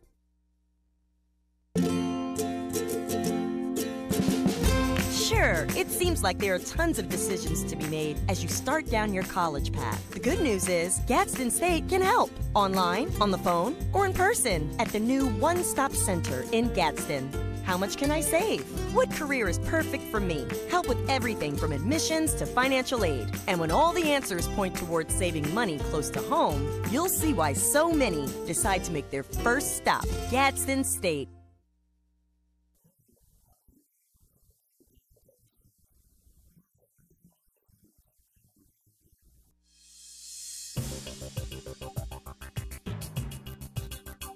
Here at Walter Welborn High School, we're in phase 1 of a 4-phase project to completely renovate our main building and annex building. On behalf of the school and the community, I would like to thank Mr. Dyer and the Calhoun County Board of Education for providing the funds to make this happen. Go Panthers! Hi, my name is Reverend Jeffrey C. Williams, the owner and licensed funeral director of Anderson Funeral Services. At Anderson Funeral Services, we are compassionate and caring individuals committed to providing quality and professional service at affordable prices. We are where service begins and never ends, and love is what love does. Aniston Funeral Services offers affordable services to meet any need for all families. Aniston Funeral Services, 630 South Wilmer Avenue, where service begins and never ends. The 2017 Calhoun County Spring Jam from Jacksonville State University, Burgess Snow Field at JSU Stadium. And we are at halftime, just a minute or so away from the second half of play here as the Sacs Wildcats up 23-14 over the Russellville Golden Tigers. Gerhard Mathignani, Chase Robinson in the booth with you for this one. And, talked about it just a minute ago. Derek Bell doing a great job here for the Sacs Wildcats, but towards the end of the second half there, Russellville got 14 points up on the board, so they're climbing their way back here against the Sacs Wildcats in this spring Friday night. If for nothing else, morale, it was big to get that touchdown right before the half, and there was a lot of good vibes going into halftime for that. And let's go down to John Holder with a special guest. All right, kind of one of the things with this 6th annual Calhoun County Spring Jam is we have schools that rotate kind of hosting this, game management. This year it's the Sacs Wildcats being the host of this event. Principal at Sacs High School, Jody Whaley, with us. And Mr. Whaley, you have had a lot of work to do to put this thing on the last couple of days. Fun to do. It's been a lot of fun. We're getting to work with young people. You know, it doesn't get any better. You know, we're getting outside. We're showcasing everyone, all these players, band, cheerleaders. This is a lot of fun to do, not a lot of work. Absolutely, and you've had a lot of folks that have helped you out in taking some of these responsibilities. You've got folks that have to take tickets up, direct traffic, do all the things of game management to help you out, right? I've had to turn to, Sacs Middle School administration, my entire faculty. They deserve all the credit for this being so much fun. They have taken all the work off of me and done all the work for themselves. And, I've got to enjoy and had an opportunity to enjoy all the rest of it. This has been you talk about a showcase. This has been a really great night so far for Sacs High School. Band sounds in mid-season form. Mr. English has got them sounding great as usual. Cheerleaders are doing a great job. And obviously your football team has been very impressive. This has been a great night for Sacs High School here. Yeah, it has been a great night for Sacs. It's been a great night for the entire county. I thought the White Plains Pleasant Valley game was great. I enjoyed the Weaver game against Ohatchee. Last night, Welborn Alexander. Been a great night. I think we're going to have a record high on the gate receipts for since we started on this, and we're really excited about that. Looking forward to next year. Tell your story about when you found out, like the rest of us, who Jonathan Miller had selected as the opponent for this game. Yeah, I'll have to admit that when I found out he had scheduled Russellville to play us in the Spring Jamboree, apparently he thinks we're going to have a lot of fun in the fall. So I shouldn't say that, but I may be wrong, but I'm looking forward to the fall. You took that as a positive. I will say, for folks that don't know, and I think most longtime Calhoun County athletic representatives know, your father was a longtime administrator and a legend here in the public school system in Calhoun County. And he taught you well. You've done a good job. Yeah, Grover, he passed away 4 years ago, and we're just I hope he's looking down and enjoying this. He loved watching high school ball. He's watching tonight. I'm sure he's well pleased. Thank you for the time, and thank you for the job that your folks did here putting this event on. TV24 has been fantastic to work with, and so is JSU. I tell you what, JSU, class act. John Gross, Ricky Rutledge, all of them, the entire staff. I sent an email to the president today. We're not even through. And I stopped. I have never been so busy, but I stopped and sent an email to the president saying thank you for what JSU's done. It's just been top-notch, class act. And it's just, I enjoy this. We're just having a lot of fun. All positives. We'll let you watch the second half. Thank you so much, John. Y'all have a great day. Jody Whaley, principal at Sacs High School, ready for the second half kickoff. Thank you, John. And Sacs High School has done a great job here over the last couple of days. And I know this takes a long time to get an event like this prepared and everybody working. So hats off to Mr. Whaley there in the Sacs faithful. One of the things he mentioned, it was kind of funny when he was talking about it, was scheduling Russellville. And one of the things that he thinks that when Coach Miller made the decision to schedule Russellville, a team and a quality opponent like that, is he thinks that this team has something special, and they can be something special. I think that was a little bit of a small insight into the mind of Jonathan Miller as he took a look at this team from 1,000 feet away when he was looking at who can we schedule for the spring to get us ready for what we need to do in the fall. And I think that the opponent here is a good one for them, and the results so far are even better. Absolutely, as we're getting set here for half number 2, the Wildcats up 23-14 over the Golden Tigers of Russellville. And it looks like Sachs will have the ball coming out of the second half. Once again, the format, first 3 quarters will be the varsity players, the varsity starters, and then according to agreements, the second half will be, the fourth quarter will be solely for the junior high players, the JV squad. LaDerrick Bell hands off that time to Jadarius Griffin, and he is brought down behind the line of scrimmage this time. Not a lot of negative plays in the first half for the Sachs Wildcats, but there's one to start off half number 2. Yeah, we saw a lot of that on the Sachs side in the first half, being able to crash the line there. A great job by Roman Cortez coming from his defensive end spot, giving Sachs a bit of a dose of their own medicine, drop of 4 yards on the play. Bell takes the snap. He'll take it himself this time, and is again brought down and a loss of a couple of yards. So it'll be third down and about 15. That same play scored a touchdown a little bit earlier, and I'm sure the Russellville coaches went back and they literally took a look at all the LaDerrick Bell runs, and they said, hey, this is the way that we need to defend it, guys. And so far, a great job of scheming and adjusting over the first 2 plays of the game.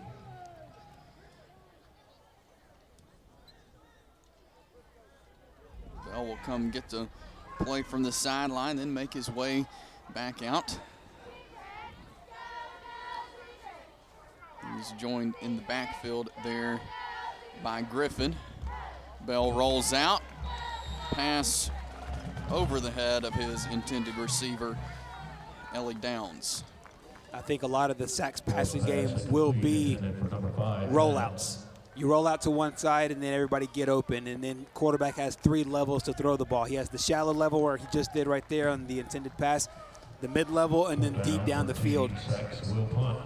Because with a running quarterback like Bell is, that's where he's most dangerous, and then we can get back into those RPOs we talked about earlier, run-pass options where he can run it or he can throw it. Choices on the quarterback. So Sachs with the punt there, so Russellville will take back over on offense.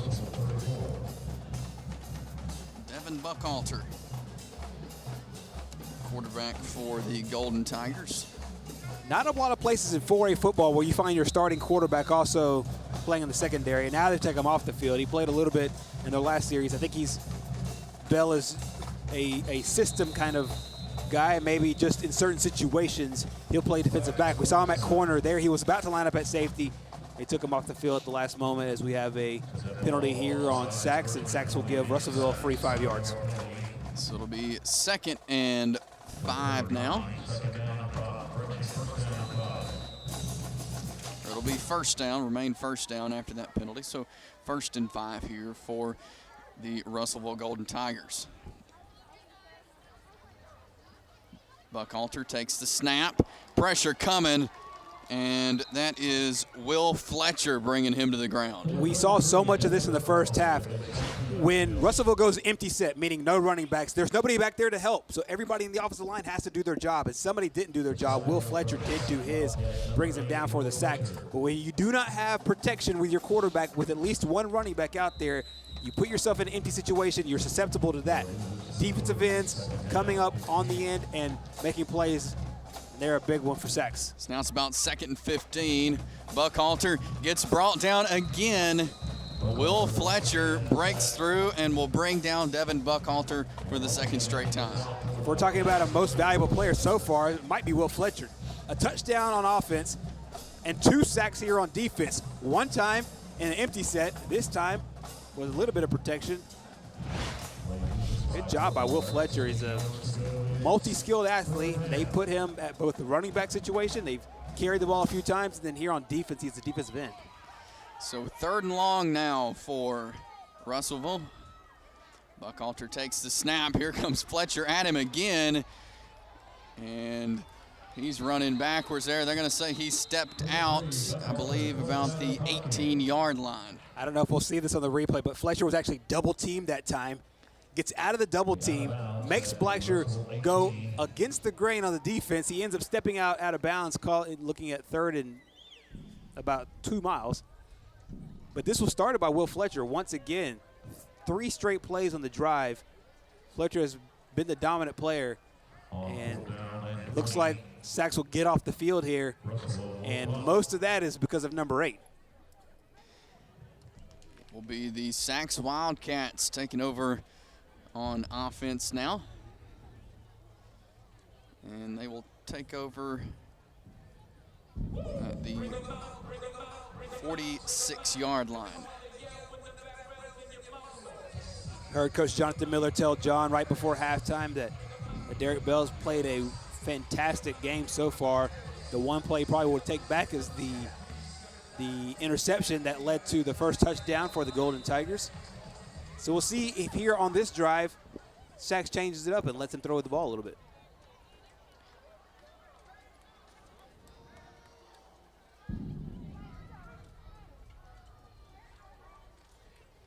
Bell takes the snap, hands off to Cobb.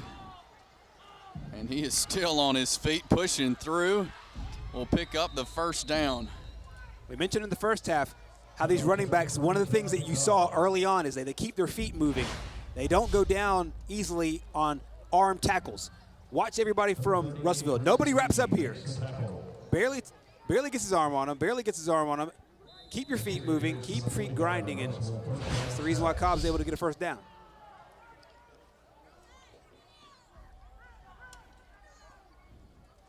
Bell takes a snap, goes back to Jonathan Cobb. And he is still on his feet. They'll bring him down about the 45-yard line. Yeah, forward progress got right there. It looks like he'll gain about 3 yards on the play. But if you're just a football observer or a coach, you have to love his effort. So far, 3 times this game, we've seen his feet just not go down. We saw one play where everybody thought the ball was dead. Everybody but Cobb stopped their feet. Cobb got the first down there. You're seeing much more of his effort here. Bell's getting the signal there from the sideline.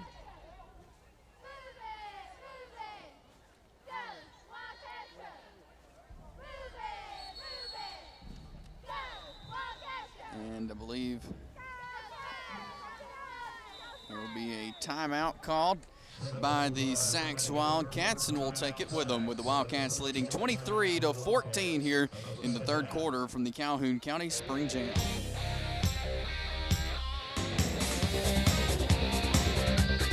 The 2017 college football season kicks off in Montgomery. The Guardian Credit Union FCS kickoff will open the college football season on Saturday, August 26th at 5 p.m. Central Time on ESPN. Don't miss 2 of the nation's top-ranked FCS teams, the Jacksonville State University Gamecocks and the University of Tennessee at Chattanooga Mocs at historic Crampton Bowl. Visit GuardianKickoffClassic.com for the FanFest schedule of events and game information.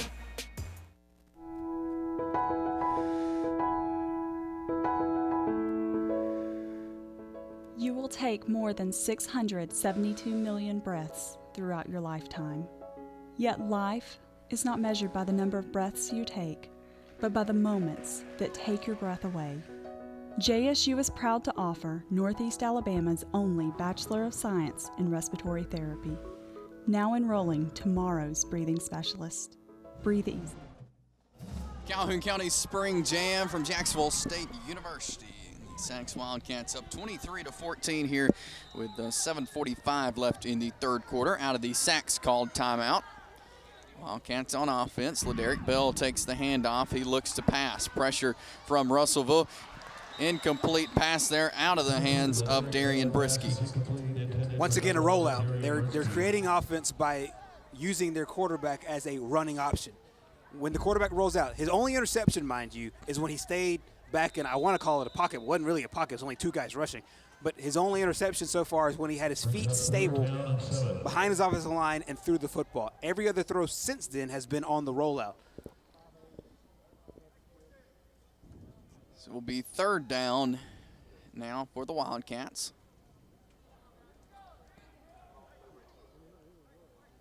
most teams, this is a passing situation, but the way Sachs runs the football, they can make this a run play. And Sachs cost another timeout as the play clock there was inching closer to 0. Timeout, Sachs. The second charge timeout for the Wildcats in the second half. And we'll take a break with them here and be back with more Sachs Russellville here from the Calhoun County Spring Jam, Jacksonville State University.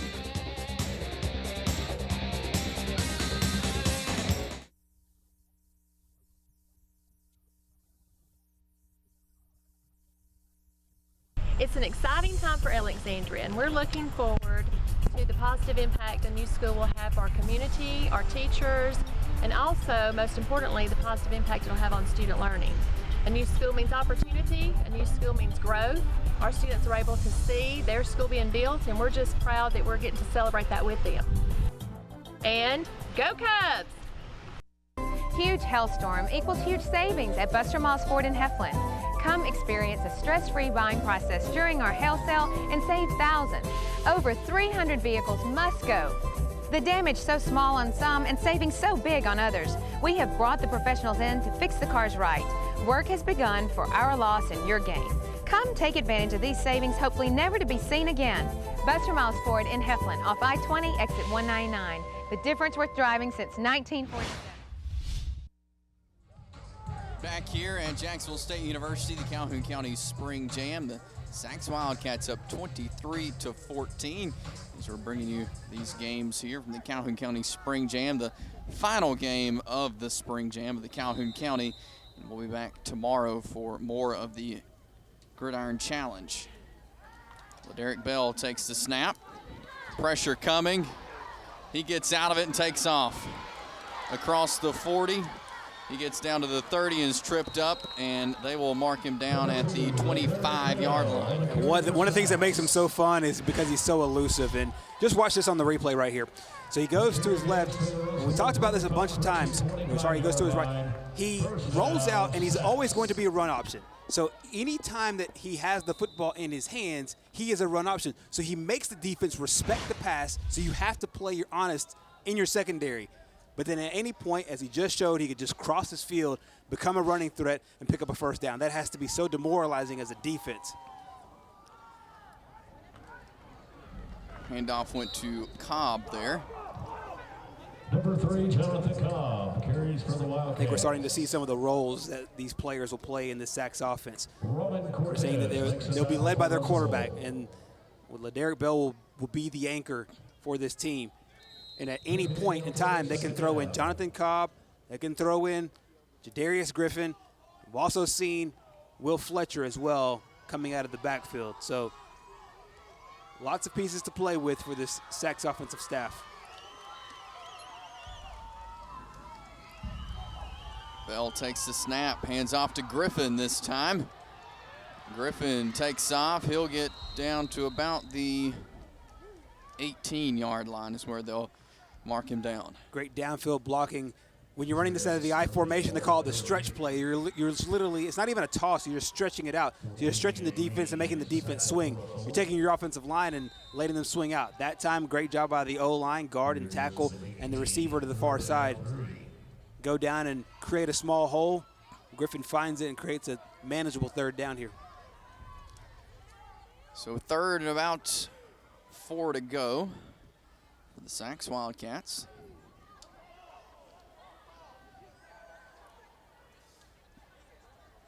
Play clock down to 1. Yeah, they'll get a delay of game here. And the ball is loose, and Russellville will jump on it. That is Finney laying down on the ball for the Golden Tigers. Yeah, they actually should have got a delay of game there. That clock sat on 0 for at least 2 or 3 seconds there. And I think maybe Bell might have just been surprised that they didn't blow the whistle. He comes out of his play fake, and he just unable to maintain the ball. And Russellville, first Sachs gets away with one, and then Russellville gets a gift all at the same time. Heat timeout called on the field by our officials here with 5:34 left in the third quarter.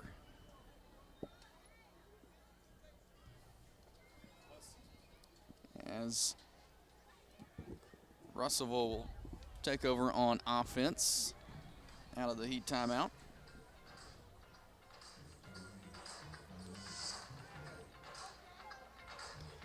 And we'll take it to break with them here in the Calhoun County Spring Jam.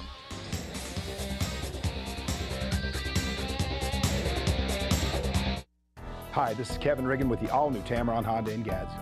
We're excited to be one of the newest and fastest growing Honda dealers in Central Alabama. And with every new Tameron Honda, you get a 250,000 mile powertrain guarantee. I've personally been serving Central Alabama for over 25 years with all your Honda needs. Come see me today or check out our website at TameronHondaGadsden.com. Tameron Honda in Gadsden, where you're gonna love the way you're treated.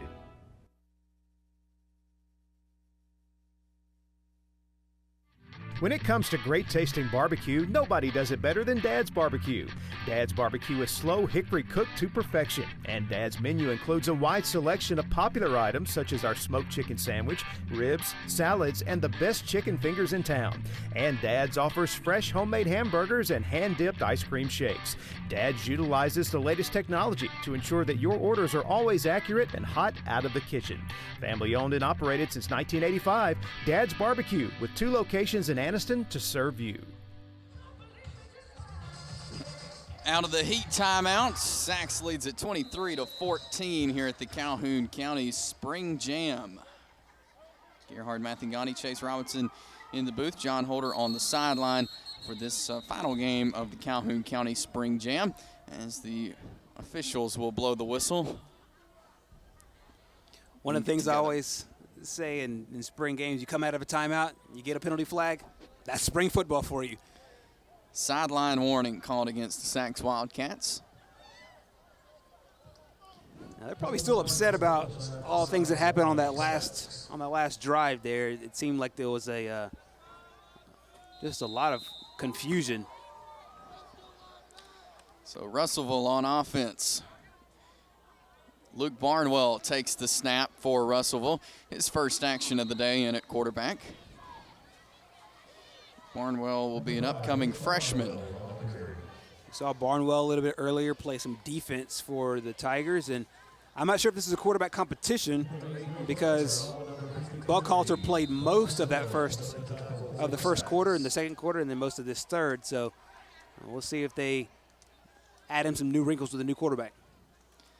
Barnwell goes to the air, pass complete there to Buckhalter.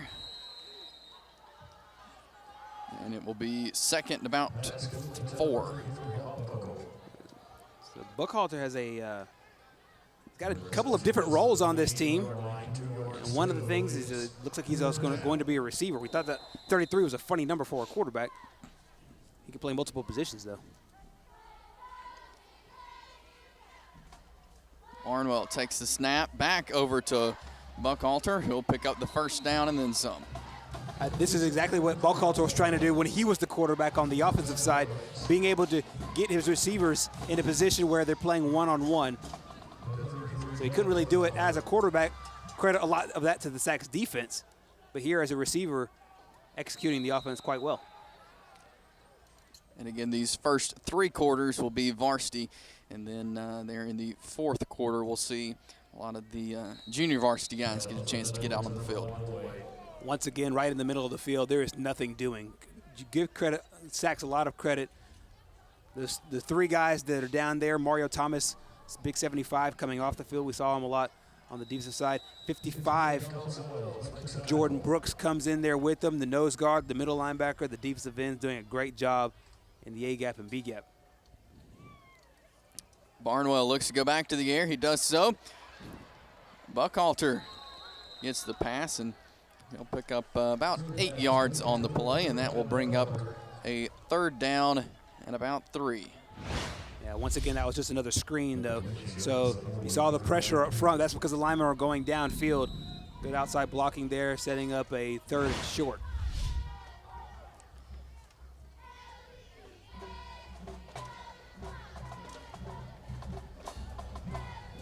Boyd in the backfield with Barnwell.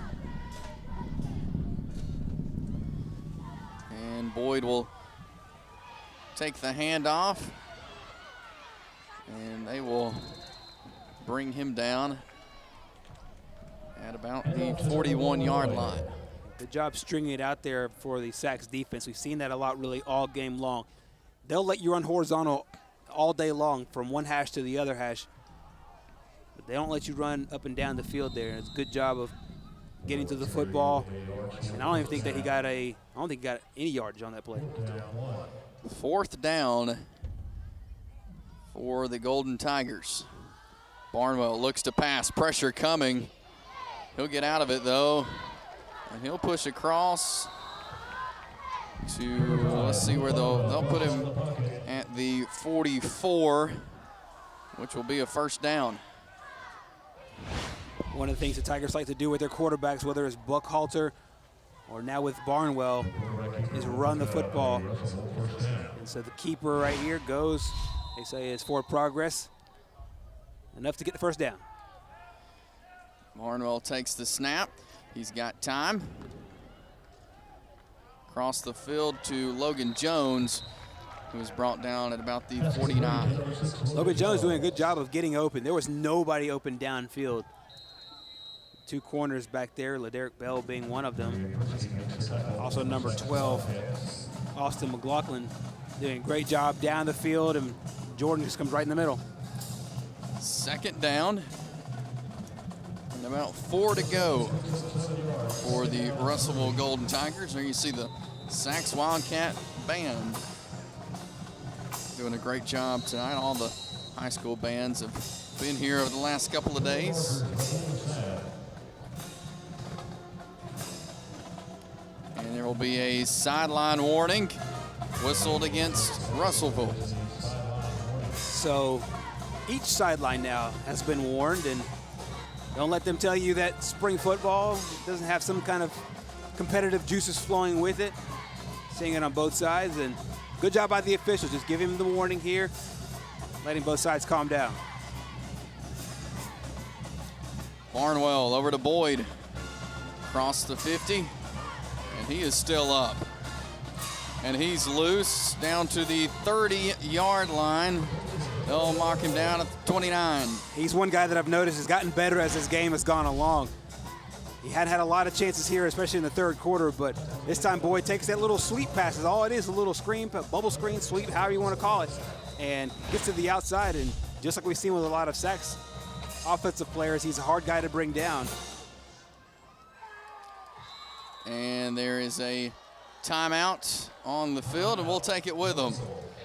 The Calhoun County Spring Jam.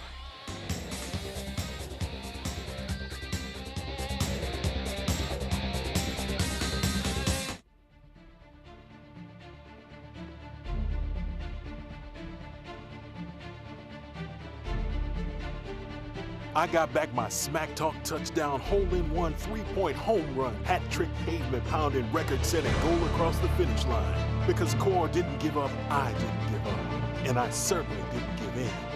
I'm gonna get back to doing what I love. I'm gonna get back to winning. Hello, I'm Joe Dyer, Superintendent of Calhoun County Schools. We have some awesome news for you that's upcoming in Calhoun County.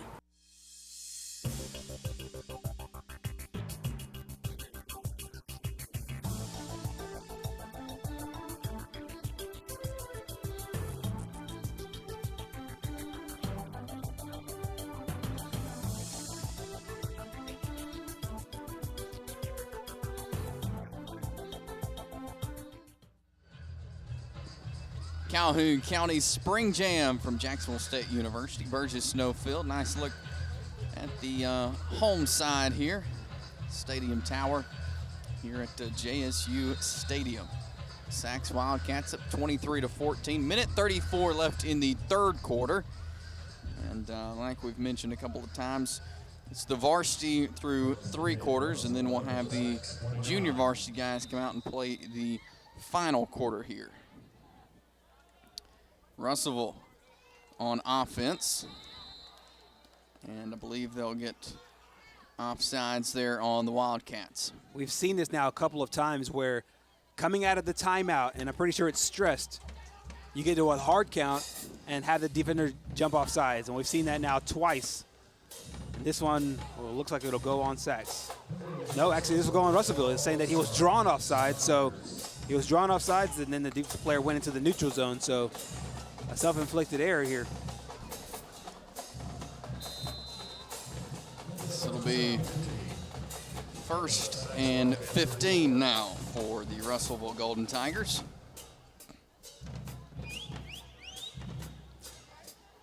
Luke Barnwell back in at quarterback. Freshman takes the snap, pressure coming, and they'll bring him down way behind the line. That was Rolian Torres. I'm surprised they don't go, when they go to this empty set, this is the second time this has happened in the 3rd quarter alone. The first time it was Will Fletcher, and then this time, great play by Torres. And they just come from their defensive end position. Both times they came in untouched, and now we're looking at 2nd and a long gain. So with Russellville here offensively, one of the things that has become apparent is they need a back in the backfield, because Sachs has done a great job of just overloading the line and will bring more players than you can block, and more players and fast enough to where your receivers can't get into the routes. 2nd and 30, Barnwell over to Buckalter. Buckalter takes off. He crosses the 30 to the 20, and they'll mark him down just about 1 yard shy of the first down mark. He's been really, really impressive as a quarterback, and then now as a receiver, really just goes across the formation. Eludes a couple tackles, gets some great blocking down the field, and then picks up the first down. Easily the biggest play of the game so far offensively for the Tigers, close to 30 yards, 29 on the play.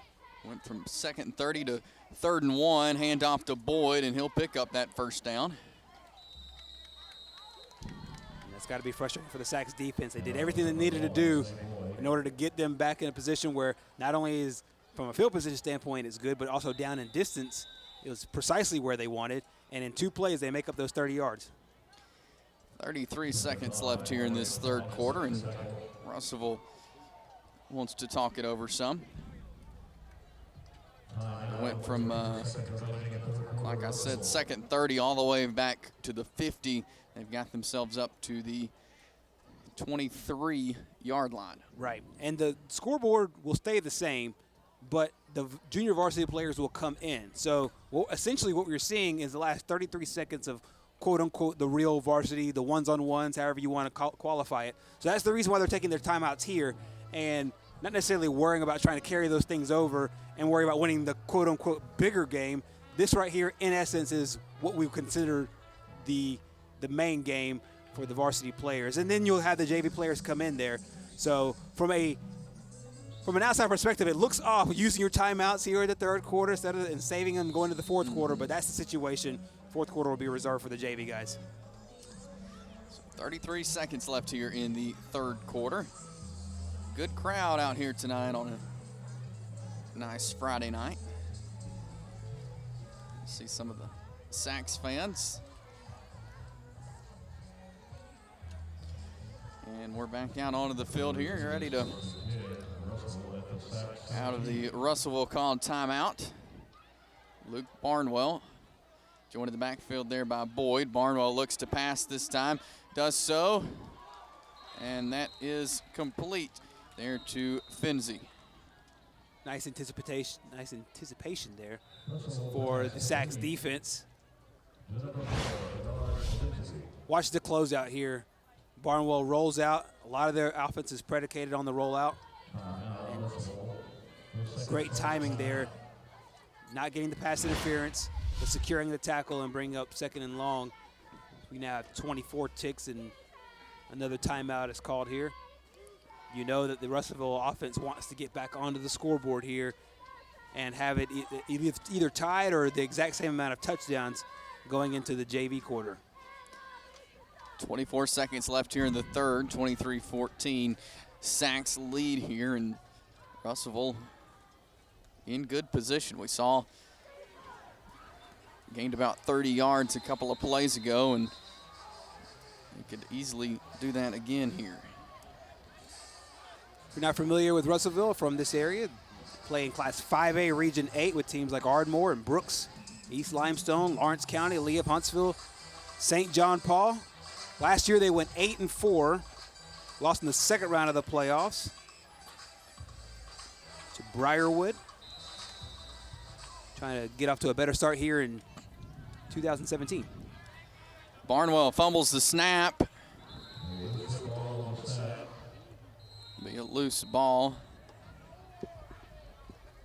And I believe it will bring up third down for Russellville. Russellville coach is screaming so loud we can hear him here in the booth. Won't repeat what he said, but it was funny. At the same time, it has to be frustrating coming out of these timeouts and not executing the way you want to. There's no telling how many times they're rehashing the exact same thing. And they're only calling one play here. They might be, in certain situations, you might call 2 plays to get out.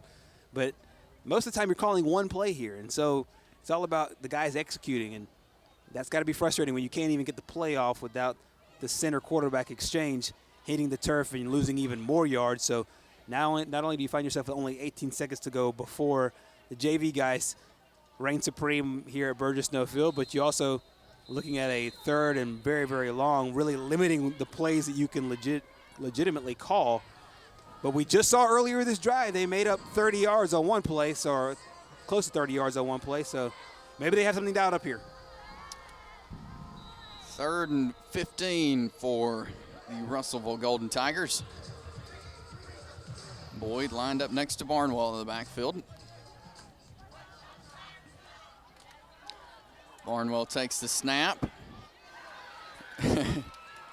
Puts it in the air, but couldn't do so before Kanan Mays came out of nowhere. One of the things that have been so impressive about this Sacs defense is the closeout. Watch this closeout speed. There's no hesitation here. Once number 9 plays his assignment, it's a full go. And it wasn't a blitz call because he had responsibilities in the passing game. As soon as his responsibility, whether it's the running back or the tight end, didn't go out for a route or didn't go out for a pass, he understood he had free range at the quarterback and made a play. Barnwell looks to pass. Buckhalter in the end zone and a touchdown, Golden Tigers. Yeah, if you're looking for an MVP of this Russellville team, it's Buckhalter. He played really well as a quarterback, but I think he actually might be better suited as a receiver here because so far this game, the only downfield passing game, the vertical passing game, has really been created by Buckhalter. He was trying to throw it early on. A lot of overthrows. He has a cannon, a great arm. But here in double coverage, amazing concentration, comes between 2 players, comes up with a touchdown. I think they have found a true weapon in big number 33, Devin Buckhalter, both as a quarterback and as a receiver. You can make an argument, though, he's a better receiver. They'll go for 2. Barnwell looks to pass. And nothing there, so it'll stay 23-20. Look again there at the 2-point attempt. That was close there, close to getting past interference with bang, bang play. Overall, a good job there by Jadarius Griffin. We've seen him a lot on offense and on defense, and I'm pretty sure for Sacs that was a key thing going into that drive, making sure that they kept this thing a close matchup, and between the 2 varsity squads, we'll have a great game here. A 23-20 game pending one more play for Sacs. So if you're coach, both Jonathan Miller and Mark Eaton, I think you're really pleased with what you've seen so far from your varsity squads. 4 seconds left here in the 3rd quarter. Sacs and Russellville. And the Wildcats back on offense.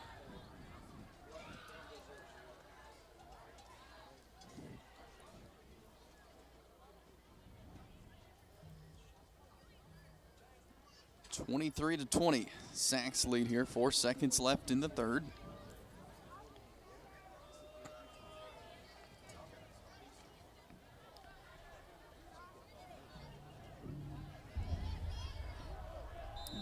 Derek Bell in at quarterback.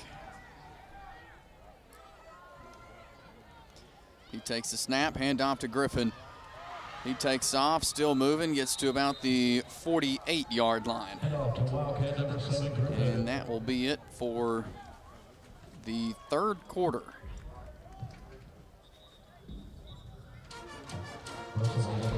And we'll go to break and be back with the final quarter here, 23-20. The end of the third here. Sachs Russellville from the 2017 Calhoun County Spring Jam.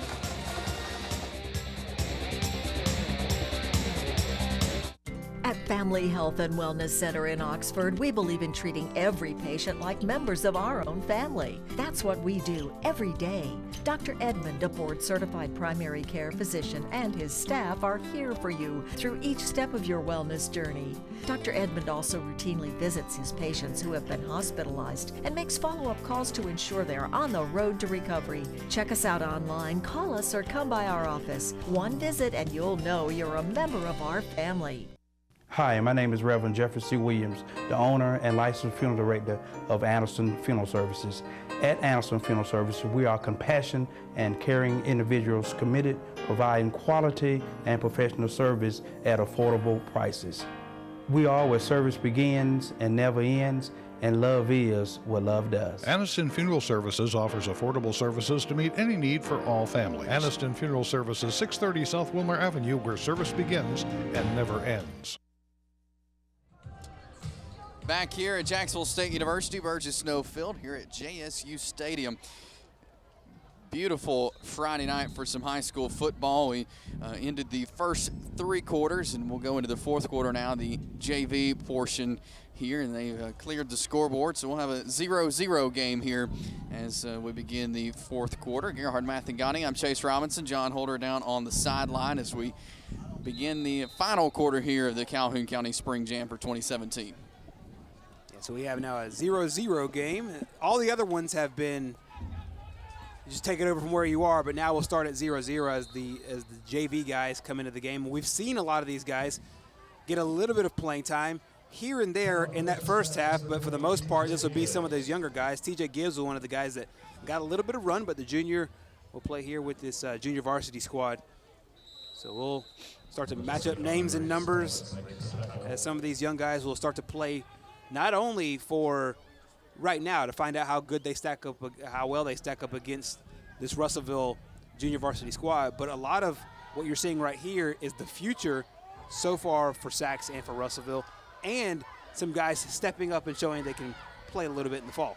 Davion Dukes takes the snap that time, and he'll make his way back to the original line of scrimmage there. That'll bring up third down.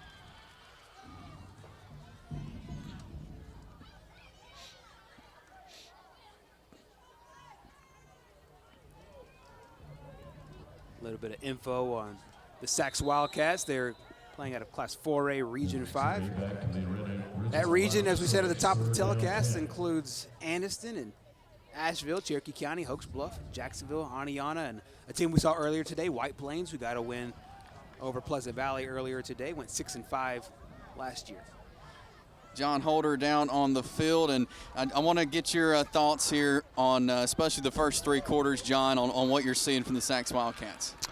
Well, guys, I think it's like everybody else. You know, people ask, well, what can you really get out of a spring game? The reason I like watching spring football games is the one thing that you can't tell a lot about X's and O's and schemes and things like that, but the one thing that's undeniable that you can see is you can see the talent level.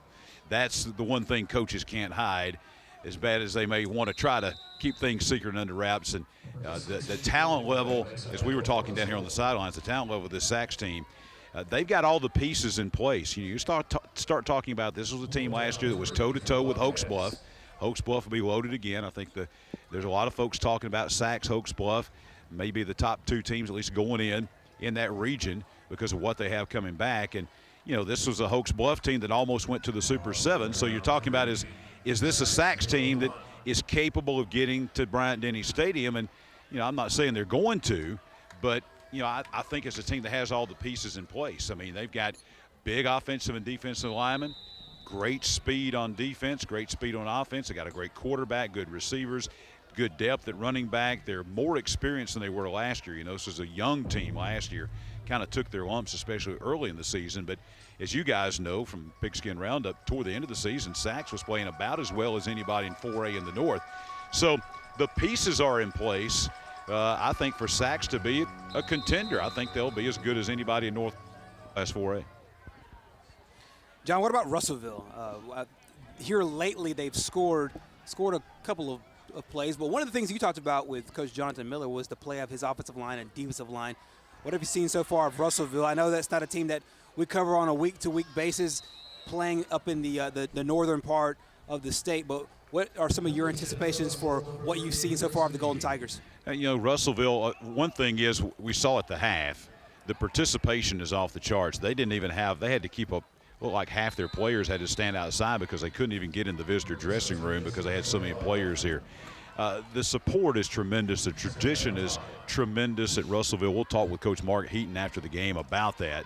But, obviously, as you can tell, the talent, if you've watched high school football over the years, this is not, from a talent standpoint, the typical Russellville talented team. And it's been that way for a couple of years. They've been they've been a region title contender. They've been a playoff team. But as far as being a state championship contender, it's been a while for Russellville. And, I don't see that this year necessarily. This is a good team. It's a competitive team. They're not going to be an easy out by any stretch of the imagination on Friday night. But I'm not sure, based on what we're seeing here, I'm not sure that it's a state championship team. Now, as soon as I say that, we'll probably be in Tuscaloosa in December, but nonetheless, Mark Heaton's still trying to put his stamp on the things there at Russellville, coming over from Haleyville, and it takes a while to kind of get your guys in there. I think you need to give a coach about 4 years, to get all of the guys into his schemes and the way he does things and things like that. So I think the future's bright at Russellville. I think they got a great coach. He did a great job at Haleyville with the Lions over there, and I think we're seeing some positive steps forward with Russellville, and that's one of the things he's trying to do is coming over here. We'll ask him about his thought process. One of the questions I want to ask him after the game is the thought process of bringing his team all the way across the state. We're talking about 3.5, folks that don't know where Russellville is. We're talking about 20 miles from the Mississippi border in northwest Alabama, so we're talking about 3.5, 4-hour drive to get here. These guys probably not going to be home till 2:30 or 3 o'clock in the morning tonight. Right. So we'll talk with him about that after the game, his thoughts and coming over here and playing in this spring game. One more for you, John. LaDerrick Bell, we've seen a lot of players over the years, and you're one of the great people as far as identifying talent and kind of projecting that talent into the fall. LaDerrick Bell, from what you've seen today, what you saw last year, how good can he be? Is he one of your guys to look out for as far as maybe guys that could play one of the back of the year kind of players? What are some of your impressions of him, seeing him throughout 3 quarters? I know Jonathan Miller, and we'll talk with him about this. We'll probably see he mentioned the interception at halftime. So, maybe some of the decision. I agree with you guys. I really think that Bell is as good as we're going to see here in East Alabama at the quarterback position. And, this is really just another in a long line of great quarterbacks, dual threat quarterbacks that Sachs has had. This is going to come upon close to about, 6, 8, 9 years, something along in there, where we've had just phenomenal dual threat quarterbacks at Sachs. And, he looks like he's as good, or dare we say better than anybody Sachs has had in that run. Absolutely. Great stuff, John. John Holder down on the sideline for us. Thank you, John. Mr. High School Football down there. Not going to find anyone that knows more about high school football than John Holder. He does, and he does a lot of great stuff, obviously, for this area, but he also knows statewide football, helps out with the HSAA, and one of the premier voices in the state of Alabama when it comes to high school sports. Not just football, basketball as well, so really appreciate a lot of his insight. And Pigskin Roundup magazine is coming your way pretty soon. You'll see his picks, what he thinks the top 10 will be. He got a great track record of picking teams that'll be ultimately playing for those blue maps in December.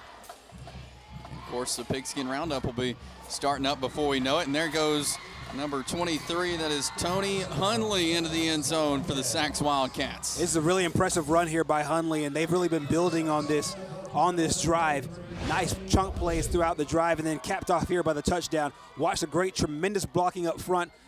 Hunley makes one guy miss and then goes right down the middle of the field. A lot of arm tackling for this Russellville team. That will not work with a team like Sachs. We saw a lot of great running backs in that varsity part of the game here, and now here in the JV squad.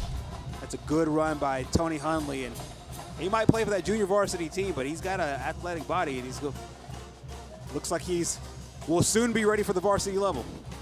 Well, the Wildcats on the board here in the JV portion of the game. On to attempt the extra point is Lascano, and it is no good. So 6-0 is the score. The Sachs Wildcats up on Russellville on the JV side here in the JV fourth quarter. We'll take a break, come back with more here from the Calhoun County Spring Jam, Jacksonville State. There's a killer on the loose in Alabama. This won't help you. This won't help you either. Even this won't help you. But this will. Breast cancer affects 1 in 8 women, and the only thing that can catch this killer is early detection with an annual high-quality mammogram. Advanced Imaging in Oxford and Gadsden was the first facility in Alabama to offer 3D digital mammography. Find out more online at alliesinthefight.com. Advanced Imaging, better technology for better health care.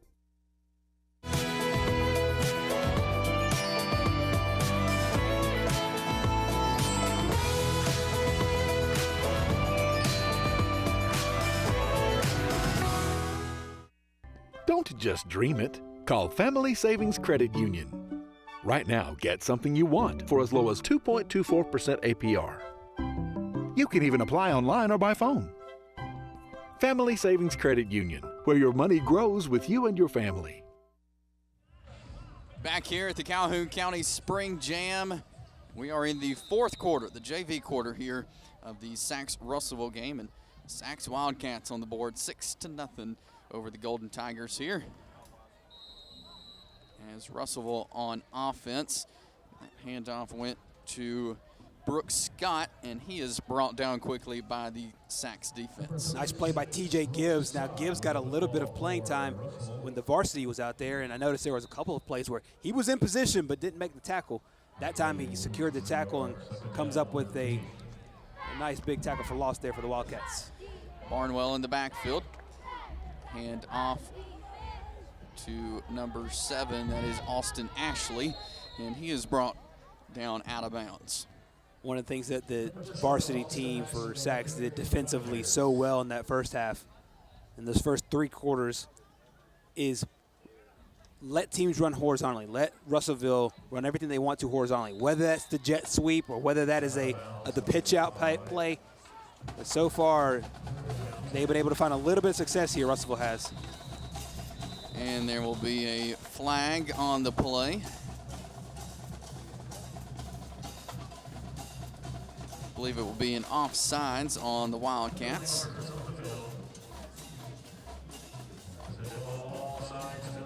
So that will be a free 5 yards there for the Russellville Golden Tigers. Yeah, it changes things up. You go from a 3rd and long situation to now about 3rd and 5.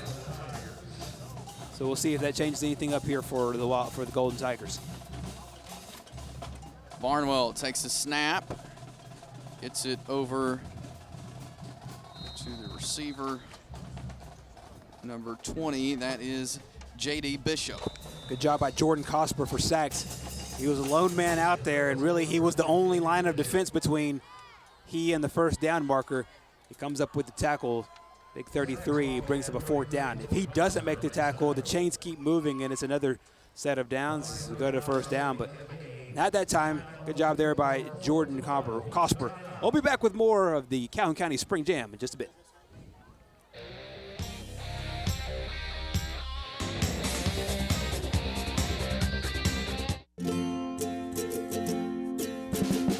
Sure, it seems like there are tons of decisions to be made as you start down your college path. The good news is Gadsden State can help. Online, on the phone, or in person at the new one-stop center in Gadsden. How much can I save? What career is perfect for me? Help with everything from admissions to financial aid. And when all the answers point towards saving money close to home, you'll see why so many decide to make their first stop, Gadsden State. Regional Medical Center Anniston was Alabama's first baby-friendly hospital. We're proud of that distinction because it means everything we do promotes healthy, happy babies. We encourage rooming in, skin-to-skin contact after delivery, and exclusive breastfeeding. All the things that bring moms and babies closer. From the first ultrasound to the first birthday, RMC is dedicated to giving growing families a healthy, loving start. Visit rmcisforme.org. 5:39 left here in this one. Sacs and Russellville. We're in the fourth quarter, which means it is the JV portion of the game. They cleared the scoreboard there at the end of 3, and so Sacs leads this one 6-0 over Russellville here in the JV side. And Russellville on offense here. Luke Barnwell in the backfield. Barnwell takes the snap, and he'll take it himself. He'll pick up the first down, get across the 50. Good job there, getting that first down and picking up the yard, so executed well. Going back to the varsity for Sacs, quarterback LeDerick Bell. You heard John talk about him earlier, and we've waxed poetic about how great he has been over the course of this game, and he already has some colleges looking after him, and a couple of schools have already offered scholarships. I was told by a friend of mine, Dexter Tolbert, who does a lot of the recruiting around here, knows a lot of the players around here. He could throw the ball in the air 73 yards. 73 yards. He has an absolute cannon on him. So watch out for LeDerick Bell. We saw a lot of him running today. But you know, Jonathan Miller would like to use him a lot more in the passing game as well. A true dual threat quarterback. So excited to see what his senior year has in store. Pass out this time to Brooks Scott. And it will bring up third down for the Golden Tigers. You also heard John mention the amount of distance that Russellville had to travel to get here. It's a long way away. It's 3 hours. So, I mean, it's obvious that these teams wouldn't play each other a lot, but they have met each other 3 different times. In 1996, Sacs won that ball game 14-7. In 1997, Sacs won that 7-0. But in the game that a lot of people remember, both in Sacs and in Russellville, is back in 1968. Russellville came away with a 51-13 win in the state championship game. That game was at Sacs, and if you tuned in for the last game, you heard John talk about that is a game still on the minds of a lot of people from Sacs that were old enough to remember the game or maybe played in that game. So 1968, 1996, 1997, and then now in a jamboree in 2017. So there is a little bit of history between these two squads. And Barnwell all alone there in the backfield for the Golden Tigers. He'll pitch it over this time to Grayson Eady. And that will be a turnover on downs. So the Sacs Wildcats will take over at about the 46-yard line. Really some positives on that drive for both the Russellville offense and the Sacs defense. Sacs defense ultimately coming away with the win on that possession. Trey Robinson with the nice tackle there, the solo tackle. We saw 2 great solo tackles on that drive, one coming from Jordan Cosper and then the other one just a minute ago coming from Robinson. So some things to look out for the Sacs JV unit as they prepare to take the torch from guys like LeDerick Bell coming up next year. It's a good shot in the air of Jonathan Miller, head coach of the Tigers. We highlighted him earlier. He's entering his 6th year, believe it or not. If you've been following football in this area, those 6 years have flown by. He's been a staple. He was a staple as a defensive coordinator, one of the best defensive minds in the area. He's almost seamlessly transitioned to the head coaching role, and he's been super successful. Hand off there to Tony Hunley. He found his way to the end zone last series for Sacs. 3:05 left here in this one, the JV portion. And there you see the Sacs Wildcats schedule there. They'll start off with an open week there on that first week. Yeah, week 0 will be open, and then a Calhoun County rival in Welborn. They go to Welborn. If you've been keeping up with this rivalry, the last 2, if not 3 of these games have gone down to the final whistle. Then Jacksonville at White Plains, they'll have Asheville in a region game, and then at St. Clair County and Cherokee County. It's a tough region schedule. Then going to Anniston, always tough game at Aniana, or tough game against Aniana at home. And then the game that John talked about earlier against Hoax Bluff, the team that made it to the semifinals last year. This game will be at Hoax Bluff. A lot of people think that these two teams could battle for that region championship. So in essence, depending on how everything else goes, that could be your region championship game at Eagle Stadium in Hoax Bluff, and then Weaver to close out the season to kind of bookend the rivalry games at the beginning and the end of the year with some really tough games, and then you sprinkle in all your region opponents as well. So it's a tough gauntlet, and that's probably the reason why, because Jonathan Miller elected to play Russellville here in the Spring Jamboree to get him ready for that schedule. Absolutely, and that's a tough region when you look at it. Jacksonville, Hoax Bluff, Anniston, all those teams. That's a tough region. Absolutely, and any of those teams at any point can make deep runs in the playoffs, as we saw last year with Hoax Bluff. Jacksonville has been solid lately. Anniston, they look to have a bounce-back year with their quarterback, Savion Bethune, back in the fold. So Cherokee lots County. to look out for. Cherokee County as well. They've had a couple of great seasons under head coach Trip Curry. Dukes brought down behind the line that time. We'll bring up 2nd and 10. Take another look at this place. Run all the way. Good job there by the Russellville defender, Jackson Hallmark, being able to come down with the big play there. Dukes will get the signal from the sideline and make his way back behind the line there. Under 10 to go on the play clock.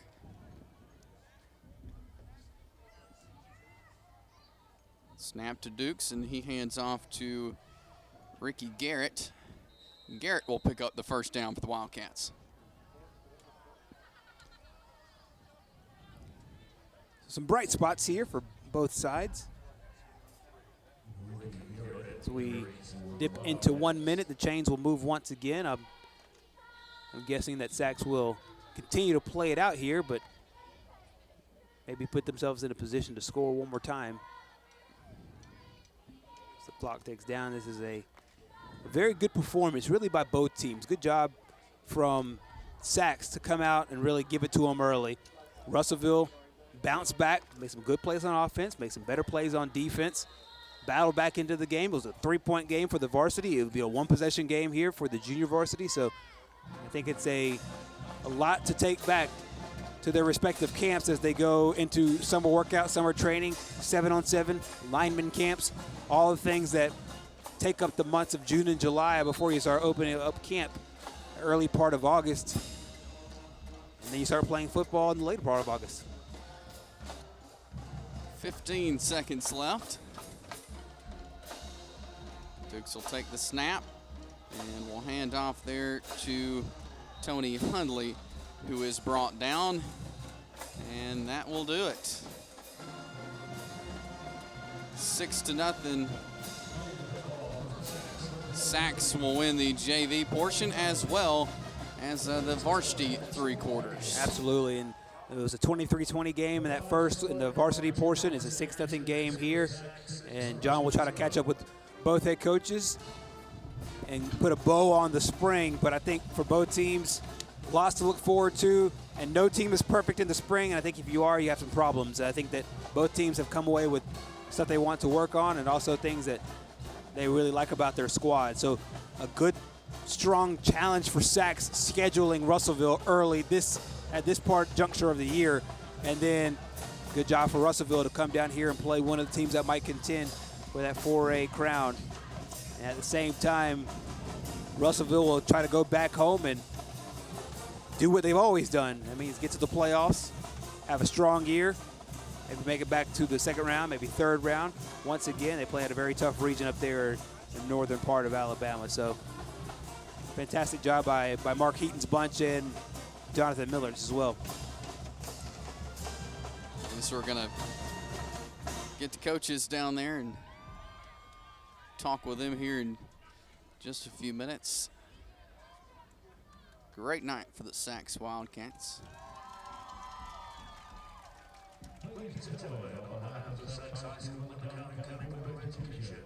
And let's go down onto the field now. Here's John Holder. Well, coaches on the sidelines. We will begin with Coach Mark Heaton of the Russellville Golden Tigers. They have a tad bit further to travel home tonight, so we'll try to get you out of here as early as possible. Just talk about coming here to play at Jackson State and playing in this event. What did your players and fans and staff think about this trip over here? Well, it's a great experience. We appreciate Jacksonville State for putting this on for these high school kids, and Coach for having us over and being a good host school. You don't get a chance to play in this environment. A lot of times these kids don't. So it's a special moment for them and a good opportunity to be in a big atmosphere. So and for us, it was all about the experience and being able to get here and do this. So it was a great experience for us. What time will you get home tonight? I don't know. I don't want to think about it, but it's going to take a minute, I promise. One thing that helps you, I think, is you get into the playoffs, and inevitably, even in the first round, unless you're at home, but at some point in time, if you keep going to the playoffs, you're going to have a long road trip like this where you have to load up buses and go across the state. This, I would think, gives you kind of a heads up on that, right? It does. We actually try and travel in the spring for that purpose. And the other thing is getting in front in a big environment, getting our kids used to that, and preparing for the playoffs. So that's something we've done the last 3 years, and it's paid dividends and giving us playoff runs as we go. So I'm just appreciative that Coach gave us the opportunity to come over and do it, and we enjoyed it. It was a great time. For the folks from Russellville watching on our live stream here tonight, back in Northwest Alabama, what were your impressions of this team tonight?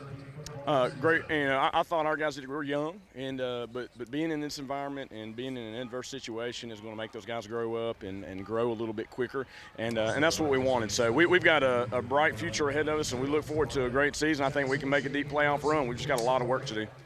I'll tell you, a lot of folks, when we found out Sax was playing Russellville is such a brand name, and it's a real treat for us to have the Russellville program come to play here in Northeast Alabama. So we want to thank you for coming and playing over here. We appreciate you having us. Coach, we'll let you get on the road. Thank you. Thank you. All right. Mark Heaton, head coach of the Russellville Golden Tigers. And we'll join here with Jonathan Miller of the Sax Wildcats. And, Coach, kind of take us through the process of how this game came about to be.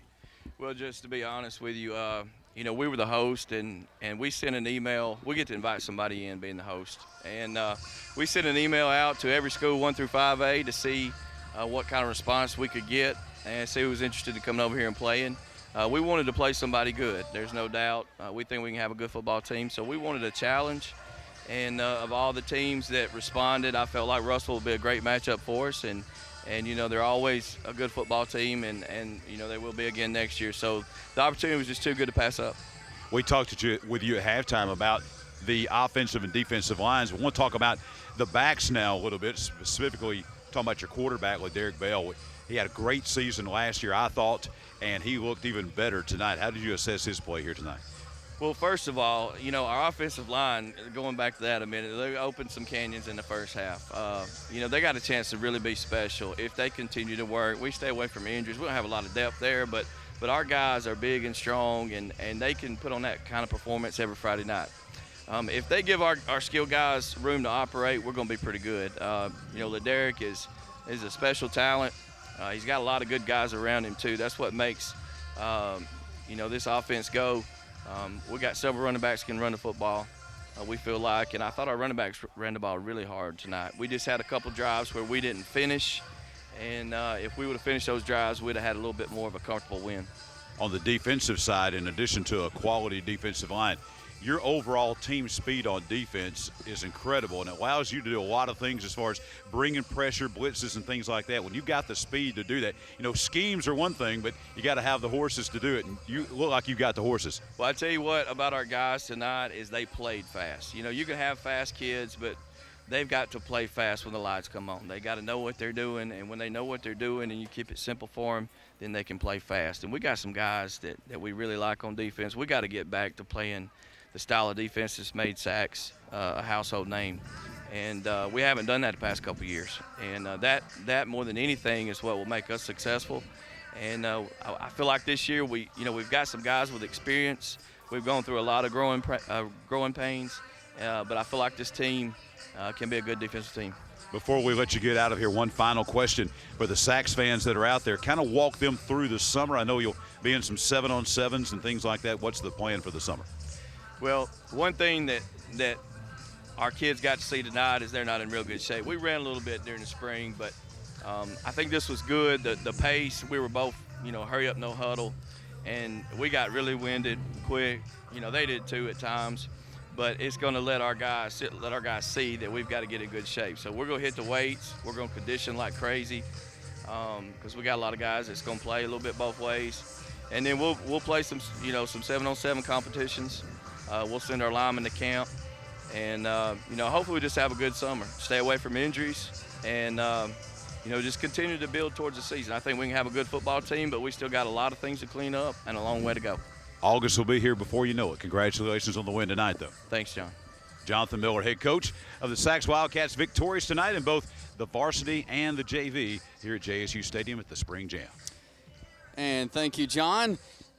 Sacs getting the win on the varsity and the JV side. Great night of high school football here on this Friday night. Thanks so much for joining us here from the Calhoun County Spring Jam.